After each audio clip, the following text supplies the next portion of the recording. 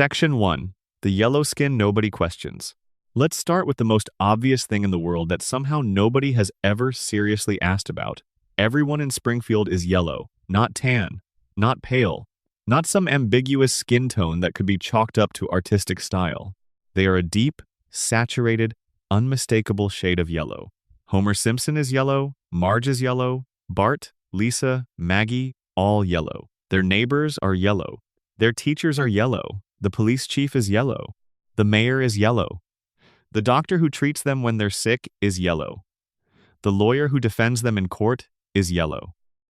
Every person who was born in Springfield, who grew up in Springfield, who built a life in Springfield, shares this single physical characteristic that does not appear in any human population anywhere on Earth. And the show has been running for 36 years. 36 years of yellow skin, and not once, in any of those 800 episodes, has a single Springfield resident looked at another and said, "Something feels strange here." That silence is worth sitting with for a moment. Because the yellow skin isn't just a stylistic choice the animators made. It's the first clue the show ever gave you. And it's been sitting in plain view since the 17th of December, 1989, waiting for someone to take it seriously. Here is the detail that makes this genuinely strange, rather than simply quirky. When people visit Springfield from outside, they look different. Celebrities who appear as guest characters, government officials who arrive from other cities, strangers passing through town, all of them have more naturalistic proportions. Their eyes are smaller. Their features are closer to what a human face actually looks like. Their skin, while still stylized, carries a different quality to it. There is a visible, consistent, measurable difference between people who live in Springfield and people who are just passing through. The explanation you will find on every Simpsons fan page, in every animation textbook, in every interview with a member of the production team, is that this is simply the show's art style. Matt Groening designed the characters to be immediately recognizable in peripheral vision, and the yellow skin was chosen because it would pop on a television screen in a way that no other color would. That's the official story, and it's true, as far as it goes. But here is where it gets interesting. If you accept that explanation, you're accepting something else at the same time. You're accepting that the show consciously, deliberately made a visual distinction between people who belong to Springfield and people who don't. And that distinction, whatever its origins in the animation department, maps perfectly onto a theory about what Springfield actually is. The Springfield nuclear power plant has been operating since before any of the main characters were born. It is, by any reasonable standard, one of the most negligently maintained industrial facilities ever depicted in fiction. The canonical record of its safety violations is staggering. A surprise inspection found 342 separate violations. The estimated cost to bring the plant up to code was $56 million. The owner, Charles Montgomery Burns, refused to pay it. Not because the money wasn't available. Burns is a billionaire many times over. He refused because fixing the problems would mean acknowledging they existed, and acknowledging they existed would mean someone might start asking questions about what had already leaked out into the surrounding environment over the preceding decades. Those violations aren't small paperwork errors. Radioactive waste was being dumped into local waterways. Radioactive material was found on a children's playground. Plutonium was being used as a paperweight on someone's desk. Cooling towers were cracked and patched with chewing gum. The bowels of the facility were home to luminous rats. Rats that glowed in the dark because of what the radiation had done to their biology. And then, in one of the show's quietest and most disturbing details, there were skeletons in the basement. Human skeletons.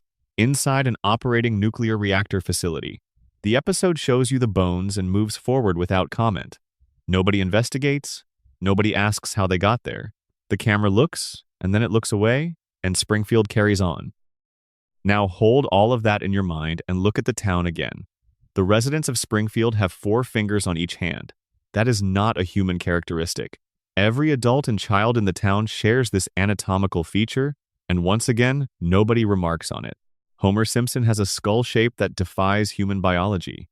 His cranium, even allowing for the stylization of the animation, is proportioned in ways that suggest something went wrong somewhere in his development.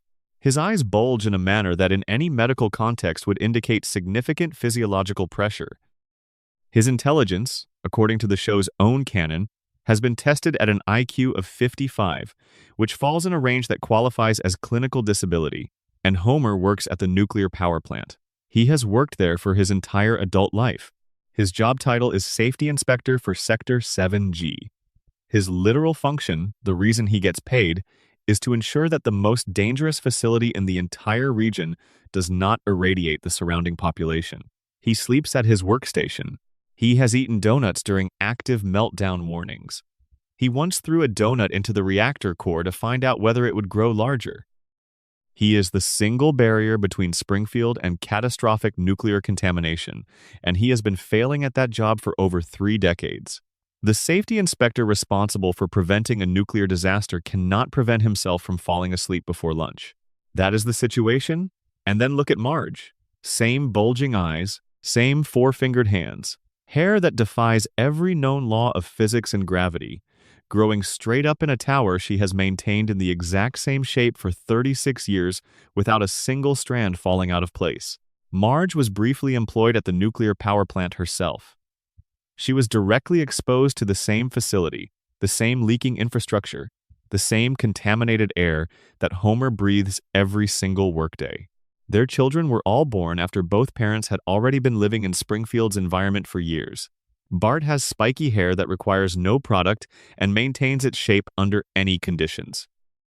Lisa's hair fans out in a perfect star-like shape and has done so since she was born.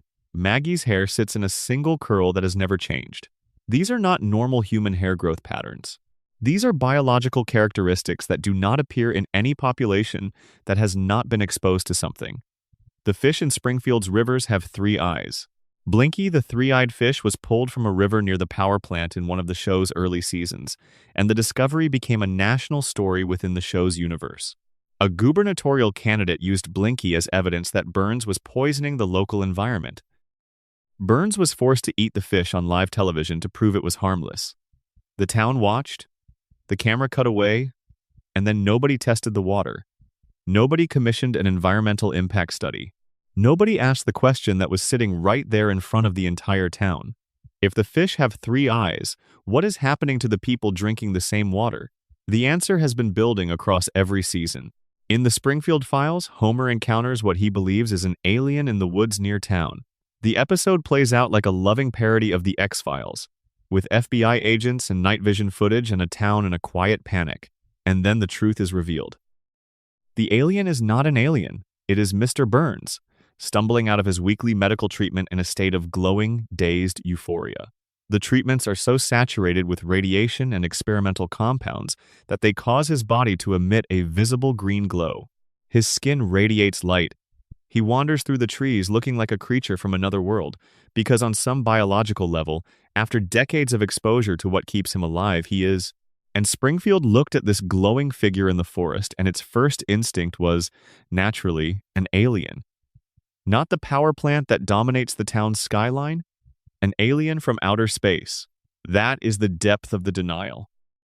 Or, if you're willing to take the theory seriously, that is the depth of the cognitive damage. A population so long exposed to neurological toxins that their capacity for critical reasoning has been, quietly, invisibly, systematically dismantled. The Simpsons movie makes the environmental argument impossible to ignore. Springfield's contamination reaches a level so catastrophic that the Environmental Protection Agency, an actual federal agency operating within the show's fictional universe, determines that the town must be physically contained. They build a dome over it, a massive glass barrier sealing the entire community off from the rest of the country. The official rationale is that Springfield's pollution has reached a point where it poses a danger to the surrounding region if allowed to spread. Think about what that means. The United States government looked at Springfield and concluded that the correct response was quarantine. The town was not given a fine. It was not subjected to a remediation order. It was sealed, like a contamination site, like a place where the ordinary protocols of civil society no longer apply because the environment inside it is simply too compromised to be managed through normal channels. And every resident who had been drinking that water, breathing that air, and living in the shadow of those cracked cooling towers was still inside the dome when it went up. That is not a comedy beat. That is a disaster scenario. A town full of people sealed inside their own contamination zone by a federal agency that decided they were too dangerous to be allowed to interact with the rest of the country. And the show presents this as the backdrop for a story about Homer accidentally poisoning a lake with a pig. The horror is structural. It lives in the premise, not the punchline. Now take all of this and set it beside the yellow skin. The people inside Springfield look yellow. The people outside Springfield look different. The animals inside Springfield show clear signs of radiation-induced mutation. The water tests positive for contamination. The plant has hundreds of documented safety violations and has been operating with them for decades. The town was deemed so toxic that the federal government quarantined it. And the residents, the yellow-skinned, four-fingered, bulging-eyed residents who live in this sealed contamination zone, have never once, in 36 years of episodes, looked around and wondered why everyone they know looks exactly like them, and everyone who visits from somewhere else looks subtly, unmistakably different. The yellow skin is the show's most persistent visual argument. It is not decoration, it is evidence. It is the mark of a population that has been living inside a slow, invisible environmental disaster long enough for the effects to become their new baseline. What looks normal in Springfield would look deeply wrong anywhere else. But Springfield is all they've ever known. The plant has always been there. The water has always tasted the way it tastes. Their children have always had four fingers. And so the mutation becomes the norm, and the norm becomes the world, and the world is the only thing they can see. The fish have 3 eyes. The rats glow in the dark. The billionaire who runs the power plant needs weekly radiation treatments just to keep his own body functional. And the town carries on. That is the first secret. The one that has been sitting on the surface, painted yellow, visible in every frame, waiting for someone to look at it not as a stylistic choice, but as a story the show has been telling from the very beginning. Something is in the water in Springfield, and everyone in town is drinking it. If you're watching this right now, drop a comment with your location and what time it is where you are, and if you want more deep dives like this one, subscribe. Now let's keep going, because things get much stranger from here. Section 2. Homer's brain and the crayon that changed everything. Let's talk about Homer Simpson's intelligence. Or more precisely, let's talk about the story of how his intelligence was taken from him and what that story reveals about the entire architecture of his life. At some point during Homer's childhood, a crayon entered his brain. The show depicts this in a season 12 episode called Homer the Moe, though the backstory is filled in across several subsequent stories. As a child, Homer was playing with crayons. In the way that children sometimes do, he inserted one into his nostril, far enough that it traveled up into his nasal cavity and lodged itself inside his brain. In the prefrontal cortex, specifically, which is the region responsible for planning, decision-making, and complex cognitive function. And then, nobody noticed. That sentence deserves to be read again slowly. A child pushed a crayon into his brain, and nobody noticed. Not his father, Abe Simpson, who was present in his life at the time. Not the teachers who saw Homer every day at school. Not the doctors who administered whatever medical care he received during his childhood and adolescence in Springfield. Not a single person who interacted with Homer Simpson during the years when a foreign object was physically lodged inside his skull, slowly compressing the tissue responsible for his ability to think clearly. The crayon stayed there for the entirety of Homer's childhood, his adolescent years, his early adulthood, his marriage to Marge, the births of his 3 children, his entire career at the nuclear power plant. Decades. The crayon was in Homer's brain for decades. When it is finally discovered and removed by Dr. Nick Riviera in the episode referenced above, the results are immediate and extraordinary. Homer's IQ rises by 50 points almost overnight. He becomes articulate. He becomes perceptive. He starts reading books and engaging with ideas he had never had access to before. He can follow complex arguments. He can hold multiple ideas in his mind simultaneously and reason about the relationship between them. He can, for the first time in his adult life, see his own situation clearly. And here is where the story becomes genuinely devastating. What Homer sees when he sees clearly is unbearable. He sees Springfield for what it actually is. The pollution, the corruption, the institutional decay, the billionaire employer who doesn't remember his name, the way the entire structure of the town is designed to keep people like him compliant and unquestioning and just comfortable enough not to rebel. He sees his job for what it actually is. He sees his life stripped of the merciful fog that has been softening its edges since childhood. He sees the crayon's removal as freedom, and he discovers that freedom in Springfield feels like falling.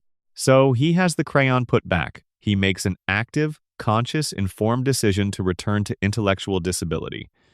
Because the version of Homer who can think clearly can also suffer clearly. And a life of clear suffering in a town built on comfortable denial is worse in the calculus Homer runs than a life of warm confusion in the same town. This episode is usually discussed as a comedy. It gets laughs. The premise is inherently absurd, and the show plays the absurdity beautifully. But underneath the joke is a story about a person who chose not to know things because knowing things was too painful. And that is not a comedy. That is one of the most human things the show ever put on screen.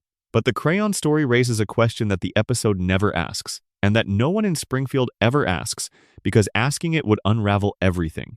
How did the crayon get there? More specifically, how did it stay there? Children are taken to doctors. Children in households where a parent is present, even a parent as checked out as Abe Simpson was, receive some level of medical attention over the course of their development. And Homer would eventually have received X-rays, or some form of imaging, at some point during his years in Springfield. He has been hospitalized repeatedly. He has been seen by doctors. He has been given medical examinations. And not one of those medical professionals, in all of those encounters, noticed the foreign object in his skull. There are two possibilities here, and the show gestures at both of them without ever committing to either. The first is that Springfield's medical establishment is simply that incompetent. Dr. Hibbert, the Simpson family's primary physician, is a deeply affable man with a characteristic laugh and what appears to be a genuine commitment to the appearance of medicine. Whether he practices actual medicine is a different question. Dr. Nick Riviera, who removes the crayon, is perhaps the most famously incompetent physician in television history, a man whose entire character is built around the joke that he has no idea what he's doing. If the medical infrastructure of Springfield is staffed entirely by people like this, then missing a crayon in a patient's brain for multiple decades becomes statistically possible, if not probable. The second possibility is darker and more interesting. What if someone knew the crayon was there and decided not to remove it? Burns has, as we've established, an interest in maintaining a cognitively impaired workforce. A safety inspector who thinks clearly is a safety inspector who notices things. A safety inspector who notices things asks questions. A safety inspector who asks questions might eventually ask the question that Burns has been preventing anyone from asking for 36 years. Homer Simpson, with a functioning prefrontal cortex, is a liability to the entire operation. Homer, with a crayon in his brain, is the perfect employee. The show never makes this connection explicitly, but it does something almost more unsettling. It shows you, in the episode where the crayon is removed, that the medical professionals of Springfield are capable of performing the procedure easily. It takes Dr. Nick roughly 20 minutes of screen time. The surgery is depicted as simple. This was not a complex or difficult extraction. It was a routine procedure that could have been performed at any point in Homer's adult life, possibly even during his childhood. So the question isn't whether the procedure was possible, it clearly was. The question is why, across decades of medical interactions, it was never performed. And the answer the show implies, without ever stating, connects directly back to the theory about what the radiation has done to the broader population. If the medical establishment in Springfield is operating under the same cognitive fog as everyone else, they might genuinely not notice things a competent doctor in another town would catch immediately. If Burns has financial relationships with the medical community, as he has financial relationships with almost every institution in Springfield, the silence becomes more organized, more intentional. Springfield's doctors don't find the crayon because finding the crayon would be bad for business, Burns's business, which is, by extension, everyone's business, because the power plant is the economic engine of the entire town. Now connect the crayon to the radiation theory. The episode Homer the Moe reveals that Homer's natural intelligence, before the crayon and before decades of environmental exposure, was significantly higher than what we've watched for 12 seasons. The person Homer was supposed to be, the version of Homer that exists in the alternate timeline where a child's brain injury was caught and treated, is articulate and thoughtful and capable of engaging with the world in ways that the Homer we know cannot. That version of Homer is the one who might have looked at the power plant and said something is wrong here.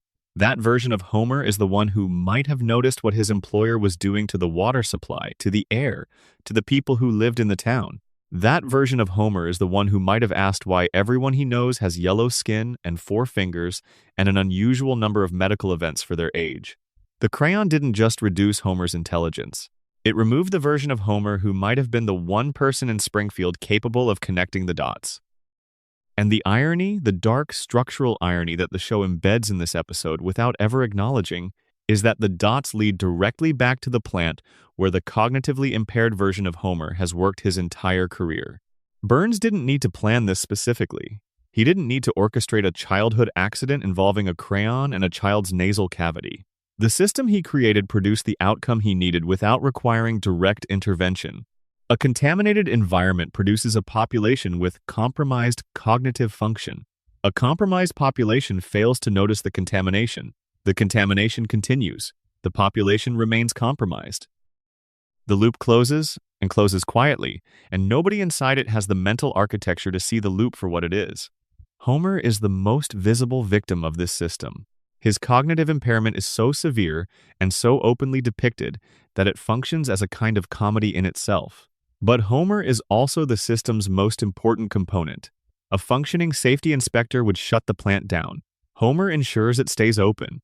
The radiation keeps leaking, the water stays poisoned, and the man responsible for preventing all of this is literally too impaired to understand what he's failing to prevent. There is a scene in the episode where Homer, post-crayon removal, writes a letter to Marge explaining why he's decided to have the procedure reversed. The letter is articulate and precise and heartbreaking. He explains that being smart in Springfield means seeing things that can't be unseen. That clarity in a place built on comfortable obscurity is a kind of torture. That the fog the crayon provided was also a kindness, and he would rather have the kindness than the clarity. And then he has Dr. Nick put the crayon back in, and the fog returns, and everything goes back to normal. Except it doesn't, because the episode aired, and we watched it, and we know what it showed us. We know that somewhere underneath Homer's characteristic confusion, underneath the donuts and the couch and the strangling and the exasperated Marge, there is a person who once looked at Springfield with clear eyes and found it unbearable. The crayon didn't just rob Homer of his intelligence, it robbed Springfield of its witness. The one person who might have testified to what the power plant was doing to the town, the one person whose job description required him to notice and report exactly this kind of harm, had his capacity for noticing quietly and permanently removed. And when that capacity was briefly restored, his first response was to look around, understand what he was seeing, and choose not to see it anymore. Homer put the crayon back in because the truth was too heavy to carry. In a town where the water is poisoned, and the fish have 3 eyes, and the man who runs the plant glows in the dark, the only person who might have looked up and said something is wrong here decided that something being wrong was a burden he didn't want. And Springfield breathed a collective sigh of relief and went back to the couch. That is the crayon story, and it is not a comedy. Section 3. The coma theory, every episode since 1993, is a dream. There is a theory that changes everything about how you watch this show. Not just the strange episodes, not just the surreal storylines or the impossible coincidences, or the physical feats that should kill a normal person. Everything. Every single moment of every episode that has aired since the spring of 1993 carries a different emotional weight. Once you understand this theory, and the frightening thing is that the evidence for it is not thin. It is not the wishful thinking of fans who want to find meaning in a cartoon. It is embedded in the show's own structure, in its own timeline, in a specific episode that aired on the 1st of April 1993, and then in everything that came after. The theory is this. Homer Simpson has been in a coma since April 1993. He has never woken up. Every episode since that date is a dream. Let's go to the episode itself. Season 4, Episode 18, titled, So It's Come to This, a Simpsons Clip Show. The premise is an April Fool's prank escalation. Bart, in the tradition of escalating pranks, takes one of Homer's beer cans to an auto body shop and places it inside an industrial paint shaker. He shakes the can until the pressure inside it is catastrophic, then puts it back in Homer's refrigerator. When Homer opens the can, the explosion is violent enough to send him to the hospital. Homer lies in a hospital bed recovering. He sees a vending machine across the room. He wants a candy bar from it. The machine tips over and crushes him, and Homer Simpson flatlines. He enters a coma, a real one, not a cutaway gag, not a dream sequence with a dissolving frame. A clinically unconscious state that the episode treats with genuine weight. His family gathers at his bedside. Bart breaks down. The show allows the situation to be what it actually is for a moment, which is a father dying in a hospital room while his children watch. Then the episode ends with Homer waking up. Bart tearfully confesses at the bedside. Homer springs awake. He immediately starts strangling his son. Everyone laughs. The family laughs. Homer laughs.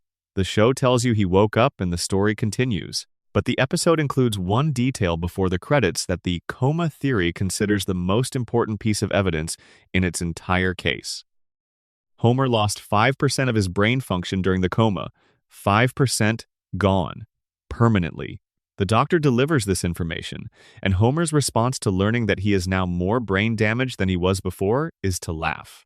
He says he doesn't understand why he's laughing, which is itself a symptom of neurological damage, a person whose emotional regulation has been compromised to the point where laughter becomes an involuntary response to information that should distress him. The family finds this charming. The episode ends, and The Simpsons continues for 32 more seasons as if a man permanently losing brain function is a delightful coda rather than a medical crisis. Unless, as the coma theory argues, Homer never actually woke up. The theory holds that what we watched at the end of that episode, Homer opening his eyes and strangling Bart and laughing in the hospital bed, was not a recovery. It was a dream sequence. It was Homer's unconscious mind generating the ending it most needed, the ending where he opens his eyes and his family is around him and everything is fine and his son is right there to be grabbed and scolded in the way Homer has always expressed his love. The theory holds that this was the first scene of the dream, not the last scene of a crisis, and that every episode since has been Homer's comatose brain running simulations of the life it cannot access. The evidence begins with what happened to the show in the years immediately before and after that episode. Before the coma, The Simpsons was a different kind of show. Not perfect, not without its absurdities, but grounded in a way that the later seasons are not. The storylines dealt with recognizable domestic situations. Homer trying to quit drinking, Marge experiencing a crisis of identity, Lisa developing a crush on a substitute teacher and learning something painful about idealization, Bart struggling with his academic performance and facing the genuine consequences of his choices. These were family stories, filtered through the lens of satire, but rooted in the kind of experiences that actual families navigate. After the coma episode, something changes. The shift is not subtle, it is seismic, and it happens fast. Homer goes to space, not to a theme park with a space simulator, to actual space aboard an actual shuttle. Mr. Burns captures the Loch Ness Monster. Homer becomes the leader of a vigilante crime-fighting group. Homer joins a secret society. Homer discovers his mother is alive and living as a fugitive radical. Homer meets God not once but twice. Homer travels to dozens of countries, holds hundreds of different jobs, befriends celebrities across every imaginable field of human endeavor, and survives physical trauma that would kill an entire infantry platoon. The show goes from a family sitcom grounded in economic anxiety and domestic friction to something that resembles the dream logic of a person who has lost the ability to distinguish between what is real and what the mind is generating to. Fill the void. Fans have been debating when The Simpsons stopped being good for over 20 years. The internet has produced thousands of threads about the exact moment the show jumped the proverbial shark, the moment it lost its grounding, the moment it became something different from what it was in the first 4 seasons. The coma theory offers a precise answer to this question. The Simpsons didn't change. Homer's brain got worse. The dreams got stranger as the injury deepened, as the years and unconsciousness accumulated, as the dreaming mind lost its grip on what the world it was simulating was supposed to look like. The escalation of the show's absurdity, the thing that everyone agrees happened but no one can satisfactorily explain, maps directly onto the progressive deterioration of a brain that has been without full consciousness since 1993. Now consider the detail from 6 months before the coma that the theory identifies as its most haunting piece of evidence. In the season 4 premiere, Homer the Heretic, Homer has a conversation with God. An actual conversation. God appears to Homer, and they talk. It is played for laughs in the way these things always are, but within the show's own established universe, it is a genuine divine encounter. And during that conversation, God makes a comment about Homer's future. He tells Homer that he will learn the meaning of life, but not yet. He says Homer's time is coming. 6 months later, Homer is in a coma. The timeline matches. The divine encounter that the show presents as a comic theological gag becomes, under the coma theory, something more significant. God was telling Homer that his conscious life was nearly finished.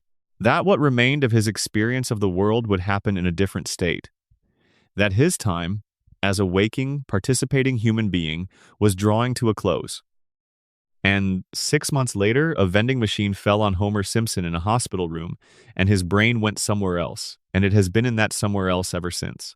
The aging question is the coma theory's most elegant argument.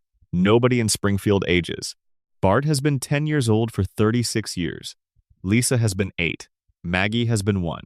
Homer and Marge remain in their mid-30s without a wrinkle or a gray hair to mark the passage of time. Every other theory about the show struggles with this. The radiation theory argues that mutation has altered the residents' biology in ways that prevent normal aging. The cartoon logic explanation simply accepts it as a feature of the medium. The coma theory has a different answer, and it is simpler and more devastating than either of those. Nobody ages because Homer's brain cannot imagine them aging. His children were 10 and 8 and 1 when he went under. Those are the ages his brain has access to. That is the reference material available to the dreaming mind that is generating every subsequent episode. His wife looked exactly as she does in every current episode on the day the vending machine fell. His neighbors, his co-workers, his friends, they are all preserved at the ages and in the conditions he last saw them with conscious eyes. Dreams do not create new information. They recombine the information already stored. Homer's coma dream cannot show him a 12-year-old Bart because Homer never saw a 12-year-old Bart. His unconscious mind has no template for what his son looks like at 12, or 15, or 20. So the dream keeps Bart at 10, not as a stylistic convention, not as a cartoon trope, but because 10 is the only Bart that Homer's brain has the data to construct. The children stay young because in Homer's memory, they are young. They will always be young. Because to Homer's dreaming mind, they still are. The celebrity appearances that become increasingly frequent in later seasons also make more sense under the coma framework. As Homer lies in a hospital bed, the world continues. Television plays in the background. Nurses and doctors speak to each other. Family members visit and bring fragments of the outside world with them. Homer's unconscious mind, unable to generate entirely new content, absorbs these external signals and weaves them into the dream. A voice heard through the fog becomes a face in Springfield. A name mentioned by a visitor becomes a character in a story. The dream is not creating celebrities from scratch. It is processing stimuli from the hospital room and incorporating them into the simulation that keeps running in Homer's mind. This explains something that has puzzled fans for years. Why do later seasons feel more like variety shows than coherent stories? Why does Springfield increasingly feel like a place where anyone can show up for any reason? Because the dream's internal logic has been loosening for 30 years. The edges are getting softer. The rules the dreaming mind applied early on, the rules that kept Springfield grounded in something resembling a coherent world, have been eroding as the years of unconsciousness accumulate. The dream is not getting worse because the writer stopped caring. The dream is getting stranger because the brain generating it is slowly, incrementally, falling further into the damage that the vending machine started. The show itself acknowledged the coma theory. In season 34, the episode Lisa the Boy Scout contained what was presented as a deliberately leaked fake deleted scene in which Homer wakes up from a long coma and the family reacts with the revelation that every outlandish episode since season 4 had been a dream. The scene was animated, it was voiced, it was produced to the same standard as any other episode, and then the show said it was a hoax, a scene planted by hackers, not a real piece of the episode. but the show made it. That is the thing that the dismissal cannot undo. Someone in the writing room wrote that scene. Someone on the production team animated it. Someone voiced it. The show's creative staff looked at the coma theory, took it seriously enough to produce an entire response to it, and then wrapped that response in a denial that leaves the theory's core argument untouched. They showed you Homer waking up and told you it wasn't real, which is exactly what the coma theory argues happened in April 1993. Al Jean, the show's long-serving executive producer, addressed the theory publicly in 2015. He said it wasn't true. He dismissed it as fan speculation. This was his prerogative and his job. But what Al Jean did not do, in his dismissal, was explain why nobody ages. He did not explain the tonal shift. He did not explain the God encounter in Homer the Heretic and its 6-month proximity to the coma episode. He did not explain why the show becomes progressively more surreal and detached from reality with each passing season, in precisely the way you would expect from a dream being generated by a brain that is incrementally losing its coherence. He said, it wasn't true. And the interviewer moved on. The fans didn't, because the theory does something that no official explanation has done. It makes the whole thing make sense. The aging freeze, the tonal shift, the celebrity flood, the increasingly baroque storylines, the reset button that erases consequences between episodes, Homer's impossible physical resilience. All of it becomes coherent under the coma framework, because all of it is explicable as the behavior of a dreaming mind operating without the constraints of physical reality. Homer's body is in a hospital bed. It cannot die because the dream does not have a body to kill. When a piano falls on Homer, it falls on a dream character. When Homer falls off a cliff, the dreaming Homer simply reconstitutes at the bottom, unharmed, because the mind generating the story needs him to keep going. Nothing in the dream can truly end because the mind that is running the dream cannot allow it to end. The story continues because the story is all Homer has. And here's the part of the coma theory that stays with you. The part that, once you've read it, makes it impossible to watch the show in quite the same way. If this theory is true, then the emotional engine of The Simpsons is not comedy. It is grief. Homer's most profound, most persistent wish is extraordinarily simple. He wants his family. He wants Marge to be there. He wants Bart to be his mischievous 10-year-old son. He wants Lisa to be 8 and brilliant and playing her saxophone in the next room. He wants Maggie to be small enough to hold. He wants Friday evenings in the house on Evergreen Terrace to last forever. And in the coma, they do. The dream gives Homer exactly what he most deeply wants. His family preserved at the moment he loves them most. His children perpetually young. His wife perpetually present. His life perpetually continuing. The chaos and the noise and the catastrophes all resolve by the end of the episode because the dreaming mind that is Homer's mind cannot allow them not to. Every disaster is followed by a reset. Every tragedy is followed by a return to normal. Every separation is followed by a reunion. Because Homer's brain will not let the story end in loss. The coma is not a nightmare. It is the only heaven that a man with Homer Simpson's simple, enormous heart would ever ask for. A house where the kids are always young, a wife who never leaves, a life that keeps going. Every Sunday night, Homer stumbles through the door of 742 Evergreen Terrace, and his family is there. And the dream continues, and the credits roll, and the next episode begins. And Homer Simpson lies in a hospital bed in Springfield General, 36 years older than the night the vending machine fell, dreaming of his family because they are the only thing he ever wanted to dream about. That is the coma theory. And the show has never confirmed it. And the show has never disproved it, because the evidence is not in a single scene or a single episode. It is in the structure of the entire show. In the choices that were made in the spring of 1993, and in every choice that was made in the years that followed, it is in the fact that nobody ages, in the fact that the dream keeps getting stranger, in the fact that Homer always finds his way home by the end of the episode, because in the dream, he never really left. Section 4. Mr. Burns and the Science of Manufactured Immortality.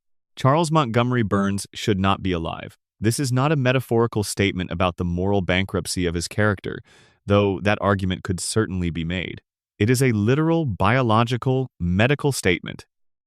The canonical evidence the show has accumulated about Burns' age across 36 seasons places his birth somewhere in the late 1800s. He has referenced personal memories from the period before the turn of the 20th century. He has described working relationships with historical figures who died before most of the show's current audience was born. He attended Yale.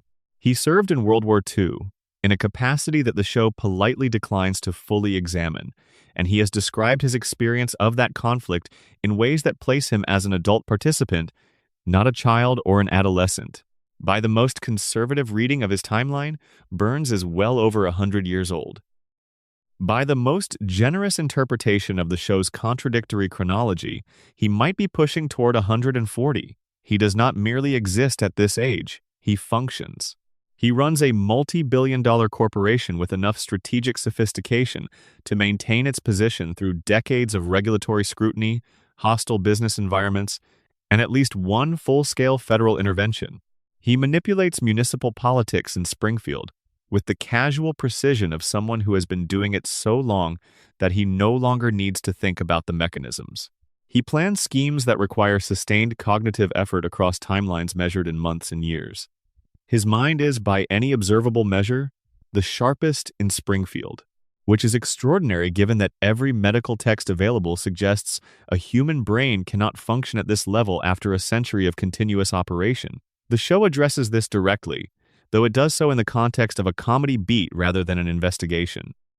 The Springfield Files, the episode where Homer encounters what he believes is an alien in the forest near town, reveals that Burns undergoes a weekly medical treatment so intensive, so laden with experimental compounds and radiation therapy, that it causes his body to emit a visible green glow. The treatment keeps him functional. It keeps his diseases in equilibrium. It keeps his organs operational for exactly 7 more days. Then he needs another dose. Miss a treatment and Burns dies. The margin for error is precisely 0. The show presents this as the explanation for why Homer saw a glowing creature in the woods. Burns had just come from his treatment. He was wandering through the trees in a dazed, euphoric state.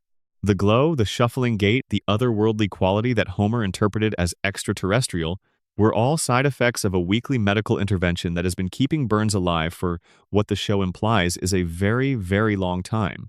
But consider the implications of this medical regime. Burns is not surviving through any natural biological process. He is not simply aging well, in the way that some people are fortunate enough to maintain their health and cognitive function into advanced years. He is being maintained, artificially, chemically, radiologically. His life is not self-sustaining. It is a machine that requires constant servicing to avoid catastrophic failure, and the servicing involves radiation. The man who owns a nuclear power plant, the man whose facility has been leaking radioactive material into Springfield's water supply for decades, the man whose daily professional context is the management of nuclear material at an industrial scale, is personally dependent on controlled exposure to radiation in order to sustain his own biological functions. Burns is not just profiting from radiation, he is powered by it. His body has been so fundamentally altered by a century of proximity to nuclear processes that it can no longer maintain itself through normal cellular activity. It requires external radiation input the way a functional human body requires food and water. Deprive it of that input, and within 7 days, the equilibrium collapses and everything that has been held in careful stasis rushes forward simultaneously. That leads to the other great medical mystery of Burns's existence. In one of the most famous scenes in the series' history, Burns visits a doctor and receives a diagnostic assessment that has become a cornerstone of Simpsons' cultural memory. The doctor informs Burns that he has every disease known to medical science. Not some diseases, not a collection of ailments. Every single disease, simultaneously present in his body, in a state of such perfect equilibrium that none of them can progress. The doctor calls it Three Stooges syndrome, comparing Burns's internal disease state to the classic comedy scenario of 3 people trying to fit through a doorway simultaneously, each blocking the others. Burns's diseases are all trying to kill him at once, and because they are all equally present, they create a biological gridlock that prevents any single condition from gaining dominance. The most perversely comic conclusion available to medicine, Burns is the sickest man in America, and that sickness is the only thing keeping him alive. This is played as a joke. It is one of the show's most quoted scenes, the kind of line that fans can produce from memory 30 years after the episode aired. But if you accept the radiation theory, it makes a terrifying kind of logical sense. Burns's weekly treatments are not curing his diseases, they are managing them. The radiation, the experimental compounds, the precise pharmaceutical cocktail that Smithers administers on schedule every 7 days, these are not therapeutic in any conventional medical meaning. They are a kind of nuclear maintenance protocol. They keep every illness in his body in exactly the state it needs to be in to prevent any other illness from breaking through. They are the biological equivalent of adjusting control rods in a reactor core. Too much intervention in one direction and something else goes critical. Too little intervention and the equilibrium collapses entirely. Burns's body is a reactor. His weekly treatments are the process by which it is prevented from going critical. And the people responsible for administering those treatments, the people whose competence is the only barrier between Burns and the cascade failure that would kill him in a week, are Smithers and a small team of private medical professionals who operate completely outside the oversight of any public health institution. This brings us to Wayland Smithers, and to the aspect of his character that the show keeps gesturing toward without fully examining. Smithers is devoted to Burns. This is perhaps the most extensively developed relationship in the entire series, a devotion so total and so consuming that it has generated decades of fan discussion about its nature and its origins. But the coma theory and the radiation theory both suggest that the devotion is not purely emotional. It has a structural component that Smithers may or may not consciously acknowledge. Smithers is the person who ensures Burns makes every weekly appointment. He manages the treatment schedule. He monitors Burns's condition with the vigilance of someone who understands what happens if they fail. He has been doing this for years, possibly for decades. He knows the protocol better than anyone. He knows what each compound is for, what each treatment is designed to do, what the consequences of any deviation from the schedule would be. Smithers is not just a loyal assistant. He is, functionally, the person keeping Burns alive. And he knows it. And Burns knows it. And the entire dynamic of their relationship, the extraordinary power differential that exists in every interaction they share on screen, is shadowed by this knowledge. Burns needs Smithers in a way that goes beyond the professional. He needs him medically. He needs him to keep showing up and administering the protocol and managing the schedule, because without those weekly doses, everything Burns has built over more than a century falls apart within 7 days. That is not a working relationship. That is a biological dependency. And the show dresses it in humor and eccentricity, but never fully disguises what it is. Burns's connection to historical events adds another dimension to the immortality question. The show has depicted Burns referencing or participating in an astonishing range of historical moments. He knew Howard Hughes personally. He attended Yale in an era when Yale looked very different from how it looks today. He served in World War II and, in one of the show's more disquieting comic reveals, was involved in operations that the show deliberately keeps ambiguous because full examination would transform the comedy into something else entirely. He stole a $1 trillion bill from the United States government during wartime and kept it hidden for decades. He has described the Gilded Age as personal experience. His family's wealth predates the Industrial Revolution. The Burns family tree, as the show has depicted it, extends back centuries through generations of exceptional, ruthless, occasionally monstrous accumulation. They were not merely wealthy. They were the kind of wealthy that shapes the conditions in which everyone else lives. The kind of wealthy that builds the infrastructure and then charges everyone else for access to it. The kind of wealthy that exists so far above the normal operations of law and accountability that both become, from their perspective, theoretical rather than practical considerations. Burns inherited this legacy and has been extending it for a period of time that defies normal human biological limits. The question the show never asks directly is whether Burns is unique in his family, or whether the capacity to extend life beyond its natural limits is itself a Burns family inheritance. If the dynasty has been in continuous control of its fortune for centuries, if each generation has maintained the same power structures and the same strategic ruthlessness that the current Burns embodies, then the question of how the family sustained itself across those centuries becomes genuinely interesting. Before nuclear radiation, before modern medicine, before any of the technology that currently keeps Burns alive, what kept the previous generations going? Did the Burns family find other methods? Other sources? The show doesn't say. but it does establish that the kind of continuity the Burns dynasty has demonstrated across generations does not happen through normal succession alone. It requires either extraordinary luck, which is not a Burns characteristic, or extraordinary measures. And there is the matter of Burns's relationship with death itself. Burns has come closer to dying than almost any other character on the show, including Homer, whose impossibility of death is a running structural joke. Burns has been shot. He has been hospitalized dozens of times. He has collapsed, fallen, been attacked, been poisoned, been abandoned in the wilderness without resources. And he comes back from all of it. But the mechanism of his return is different from Homer's.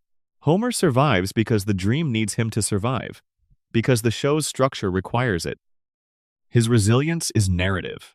It is baked into what he is as a character. Burns survives because he has spent over a century building a system specifically designed to ensure his survival, regardless of what happens to his physical form.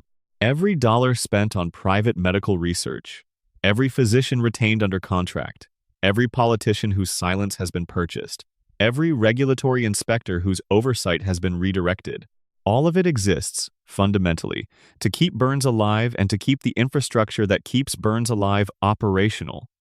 His immortality is engineered. It is the product of applied wealth at a scale and duration that has no precedent in the show's universe. Homer's survival is passive. Burns's survival is a project. A long-running, meticulously maintained, extraordinarily expensive project that has been running since before anyone else in Springfield was born and shows no sign of stopping. The most unsettling dimension of all this is what it implies about the relationship between Burns and Springfield. Springfield cannot kill Burns because Springfield cannot function without Burns. The town's economy depends on the power plant. The power plant depends on Burns's continued ownership and management. Burns's survival depends on the treatments, and the treatments depend on the infrastructure that only Burns's wealth can sustain. The loop is closed. It feeds itself. The man, the machine, and the money circulate in a self-sustaining system that requires the continued functioning of all three components. Remove Burns and the plant changes hands. New ownership assesses the cost of bringing it into compliance. The show demonstrated this exact sequence when German investors briefly purchased the facility. Their first act was to fire Homer. Their second was to calculate the remediation cost. They nearly went bankrupt from the estimate before Burns bought the plant back and immediately rehired the man who ensured none of those costs would ever be forced to be paid. A Springfield where Burns dies is a Springfield where someone competent gets a look at the plant's internal operations and finds the 342 violations. It is a Springfield where the skeletons in the basement get noticed, where the glowing rats in the facility get documented, where the three-eyed fish in the river get traced to their source and the source gets shut down.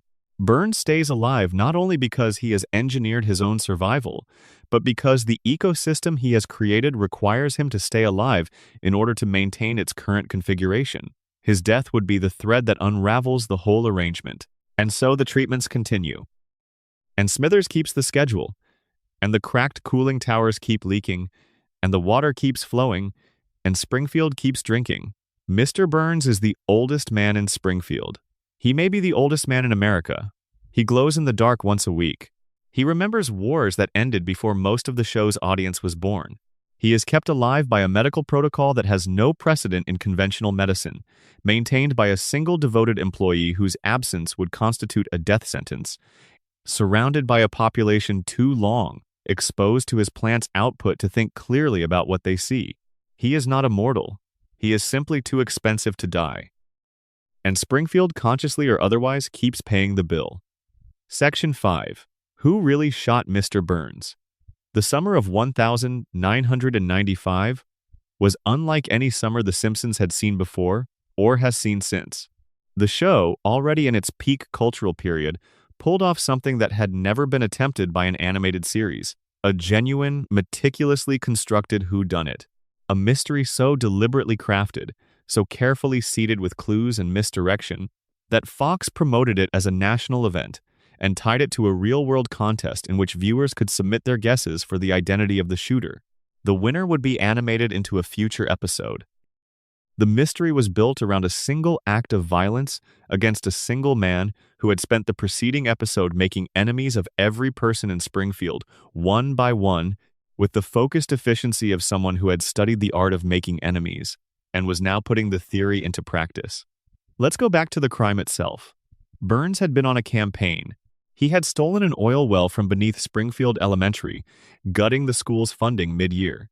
He had financially destroyed Moe's Tavern, forcing its closure. He had engineered a sinkhole that collapsed the Springfield retirement castle.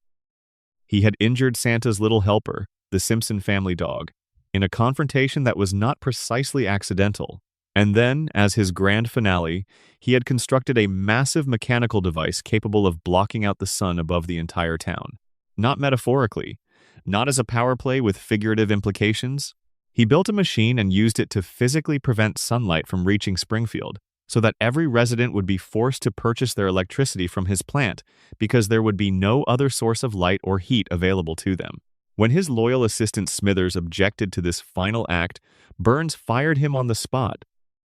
By the end of Part 1, every person in Springfield had a documented reason to want Burns dead. The episode takes care to establish this methodically. Homer, because Burns had never learned his name despite years of employment. Bart and Lisa, because their school lost its funding. Grandpa Simpson, because the retirement home was destroyed. Groundskeeper Willie, because he lost his position. Tito Puente, because Burns had eliminated the music program. Moe, because his bar was gone. Smithers, freshly dismissed and spiraling into alcoholic despair. The list was not a list of suspects. It was a census. The whole town gathered at a public meeting to confront Burns, and the episode depicted multiple characters arriving armed. The tension built to the moment when a single shot was fired. Burns staggered backward. He collapsed onto the town sundial. His hands fell across the dial's surface, landing on specific letters, W and S, or from Burns's perspective, M and S. Then the screen went black, and America waited all summer. Part 2 arrived in September 1995. The investigation played out in the show's characteristic style, which is to say with the incompetence of Springfield's police force treated as a comic constant. Smithers confessed immediately. His confession fell apart when it emerged that he had been blackout drunk at the time of the shooting and had actually shot a completely different person, old Jasper, in his wooden leg. Wrong victim, wrong location, different crime entirely. One by one, suspects were cleared. Principal Skinner had an alibi. Moe had an alibi. Tito Puente had perhaps the greatest alibi in television history, a fully produced musical number explaining that he had channeled his rage into a samba and was therefore occupied at the time of the crime.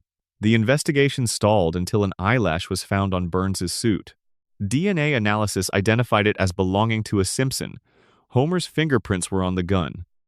He had the clearest motive of anyone in town. Burns could not remember his name after years of employment, a slight that had driven Homer to a state of sustained humiliation. Homer was arrested. A conviction seemed inevitable. Then Burns woke up from his hospital coma and identified the shooter. It was Maggie, baby Maggie Simpson. According to Burns's account, he had encountered the infant in the parking lot following the town meeting. He attempted to take her lollipop. In the struggle, his gun fell from his holster. Maggie picked it up. The gun discharged. Burns was shot. Case closed. Baby did it. Everyone went home, except the case was not closed. And if you look carefully at the evidence, the case was never closed. It was something else. It was managed. Start with the contest. Fox invited viewers across America to submit their guesses. Thousands upon thousands of entries arrived. And according to the DVD commentary for the episode, not a single person from the randomly selected sample of contest entries correctly identified Maggie as the shooter. Nobody won. The prize was awarded through a random selection process to someone who had also guessed incorrectly, and that person received a cash payment instead of the original prize because they hadn't gotten the right answer. The show's creators were aware of exactly one person who had posted the correct answer online on a Simpsons news group on the night the first part aired. But this person was using a college internet account, and by the time the producers tried to find them after the mystery resolved, the account no longer existed. Think about what that means. The show's creators designed a mystery. They told the public it was solvable from the clues available in Part 1. They built a national promotional campaign around the audience's ability to figure it out. And when the answer was revealed, essentially nobody had figured it out. The one person who got it right had disappeared. Either the clues were insufficient, the red herrings were too effective, or the answer did not actually follow logically from the evidence the way the show claimed it would. At least one of these three things must be true, and all three of them should make you look more carefully at the evidence itself. Consider the sundial. Burns falls, and his hands land on W and S. The show tells you this means Maggie Simpson, M for Maggie, S for Simpson, reading the letters from Burns's own perspective as he looks at his hands from above. Burns himself, in his hospital testimony, stated that his positioning on the sundial was not intentional. He did not deliberately arrange himself to spell out his attacker's initials. He fell. The hands landed where they landed. The sundial was not a message. It was a coincidence.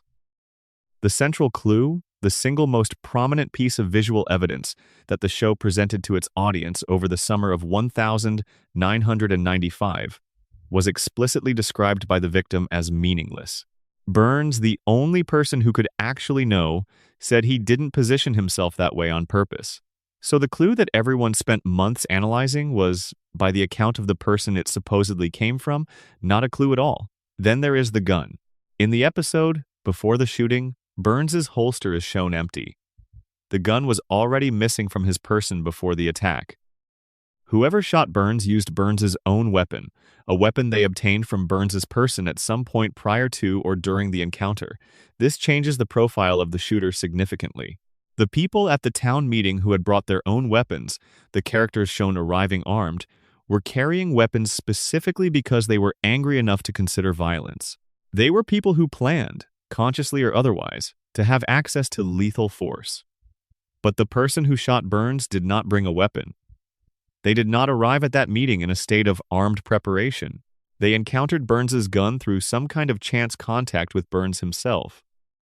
A baby finding a gun on the ground during a parking lot confrontation fits this profile. But so do a number of other people who were at the meeting without weapons and who might have had close enough contact with Burns during the chaos of the evening to come into contact with a gun that had fallen from his holster. Burns's last words before he was shot were, according to the episode, simply, "Oh, it's you." Not a gasp of recognition, not a cry of alarm, a quiet, almost casual acknowledgement. The statement of someone who saw a familiar face and responded with the mild surprise of an unexpected but not threatening encounter. "Oh, it's you." The way you might greet a neighbor you were not expecting to see in a particular location. The question is whether this fits Maggie. Burns barely knows Homer exists, despite Homer having worked for him for years. The idea that Burns would encounter a baby in a parking lot and respond with the casual familiarity of, "Oh, it's you," suggests a level of recognition that has never been established between Burns and Maggie. They have no relationship. They have no prior contact. The "oh, it's you" response implies someone Burns knows, and Burns does not know Maggie. Season 18 introduced a detail that the show has never addressed adequately. In an episode aired years after the original mystery, Homer casually states, on camera, without apparent context, that he was the one who actually shot Mr. Burns. Nobody reacts. Nobody investigates.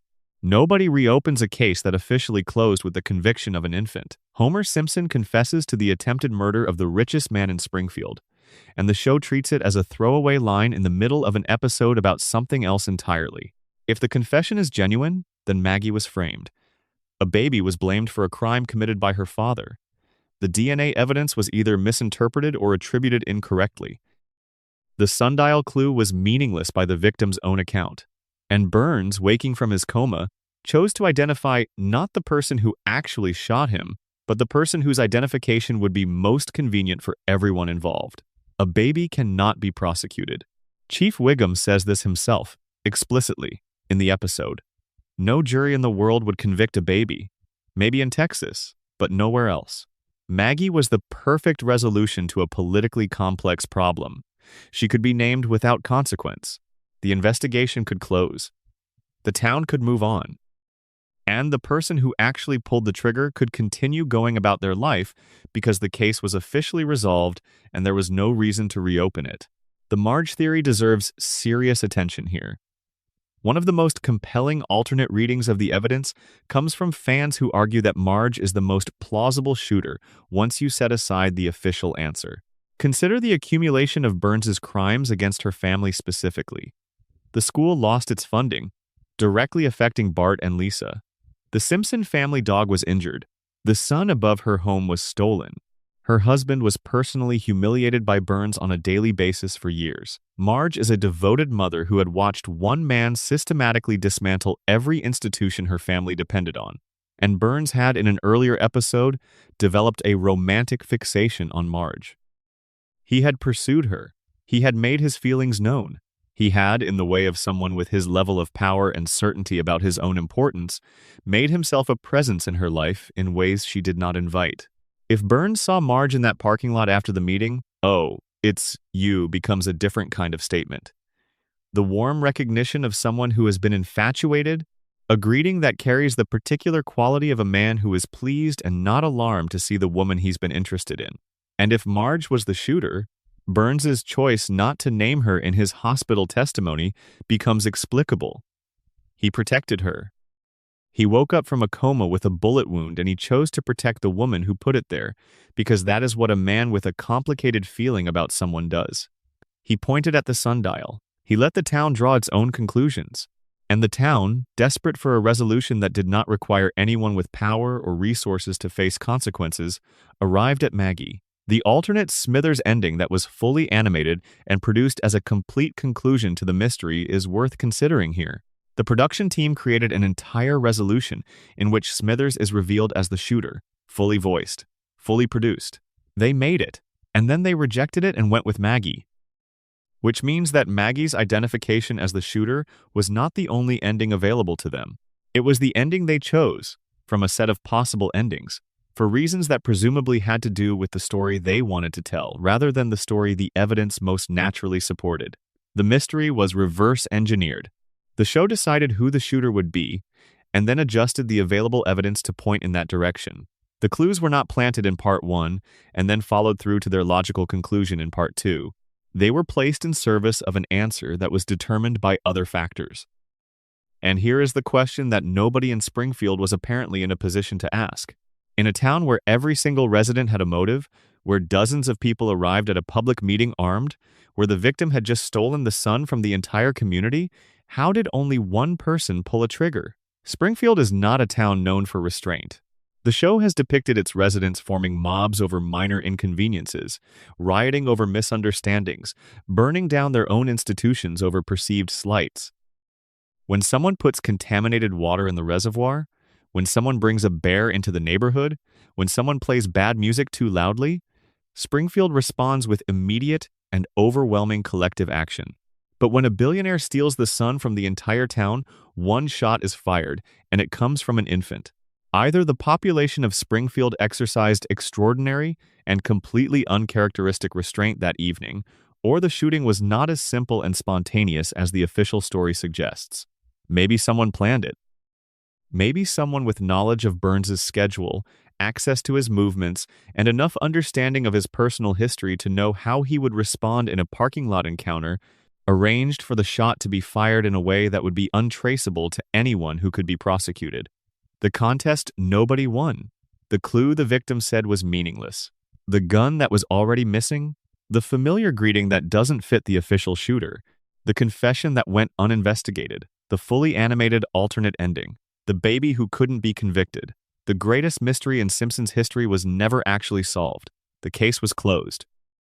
In Springfield, as the show has demonstrated repeatedly across 36 seasons, those are two very different things. Section 6. Mona Simpson and the Conspiracy That Broke 3 Generations. For the first 6 seasons of The Simpsons, Homer's mother was dead. That was the established fact of his life. Abe Simpson had told his son that his mother passed away when Homer was young. Abe had shown him a grave. Homer had grown up believing he was the kind of boy whose mother had died, which is a wound so specific and so formative that it shapes not just what a person thinks, but how they carry themselves through the world. The child who loses a mother early develops a particular quality of need, a specific hunger for approval and affirmation, a tenderness around the idea of abandonment that never quite heals no matter how many years pass. Homer's entire personality, if you look at it through this lens, is a coping mechanism for maternal loss. His desperate clinging to Marge, his need to be loved by everyone around him, the need so consuming that he will endure humiliation and disrespect and outright cruelty from people he shouldn't tolerate, just to avoid the alternative of being alone. His willingness to absorb Burns's contempt year after year, showing up to a job where his employer genuinely cannot remember his name, because the job is structure, and structure is family, and family is the one thing he lost before he understood what losing meant. Homer Simpson's chronic emotional insecurity is not a character quirk. It is the logical consequence of a child growing up believing his mother chose to leave the world rather than stay with him. In Season 7, the show revealed that the loss was a lie. The episode is Mother Simpson. It aired in November 1995. Homer fakes his own death to avoid a work obligation and then discovers, when trying to correct the official record of his fake death, that according to municipal documents, his mother is alive. The grave Abe showed him was not hers. It belonged to Walt Whitman, the poet. Abe had been passing off a famous writer's headstone as his wife's burial site for the entirety of Homer's life. Homer finds Mona Simpson at a cemetery, visiting what she believes is her dead son's grave. When the reunion happens, when mother and son find each other after 27 years, the scene the show produces is one of its most genuinely moving. A grown man and the mother he thought was dead, meeting beside a headstone that belongs to neither of them, in a graveyard in a town that has been lying to both of them for decades. And then Mona tells him the truth about why she left. She did not die. She did not abandon him out of indifference. She left because staying would have endangered both Homer and Abe. Because the man who owned the power plant, the man Homer would grow up to work for without ever knowing the connection, had forced her to run. The story begins in 1969. Mona was a housewife. She was married to Abe. She had a young son. She was, by every visible measure, an ordinary person living a quiet life in Springfield, while the world outside was burning through a period of enormous social upheaval. And something in that upheaval reached her. The show depicts her radicalization with its characteristic absurdist framing, but the underlying truth is straightforward. She joined a group of activists who had identified a specific and legitimate target. Burns did not just own the nuclear power plant. He owned a biological weapons laboratory, a facility in Springfield designed to produce weapons-grade pathogens. He was manufacturing germ warfare agents in the same community where Homer was growing up, where families were living, where children were attending school, without any public knowledge of what was being stored and developed in the building down the road. Mona and her group broke in. They detonated what the show calls an antibiotic bomb, a device designed to destroy the biological material stored inside the lab. The raid succeeded. The agents were destroyed. The weapons were gone.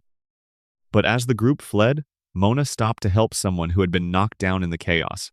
The person she stopped for was Burns. She helped him get up, and Burns looked at her face, and he saw it clearly. And he reported her to the FBI. From that moment, Mona Simpson was a fugitive. She could not go home. She could not contact her family.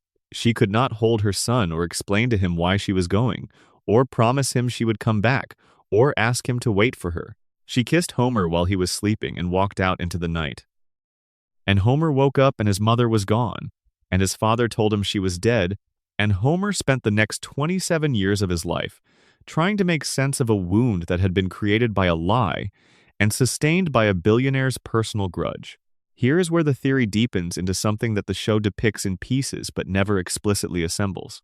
Burns did not just identify Mona to the FBI as a one-time act of civic cooperation. He pursued her, actively, for decades. When Mona returns to Springfield in Season 7, Burns recognizes her almost immediately. He spots her through a cab window and makes a phone call. The FBI arrives at the Simpson house. Mona has to run again. Homer has to say goodbye to his mother for the second time. This time he knows why she left the first time. He knows the shape of what was taken from him. And he knows that the person responsible is the same man who has been signing his paychecks for his entire adult life. Let that sit for a moment.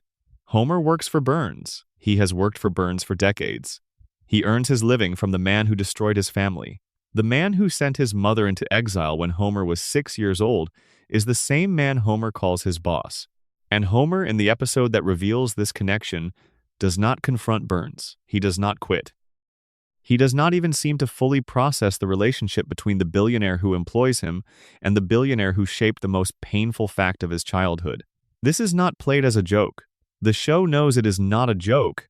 It is played as tragedy, because Homer Simpson is not capable of making this connection.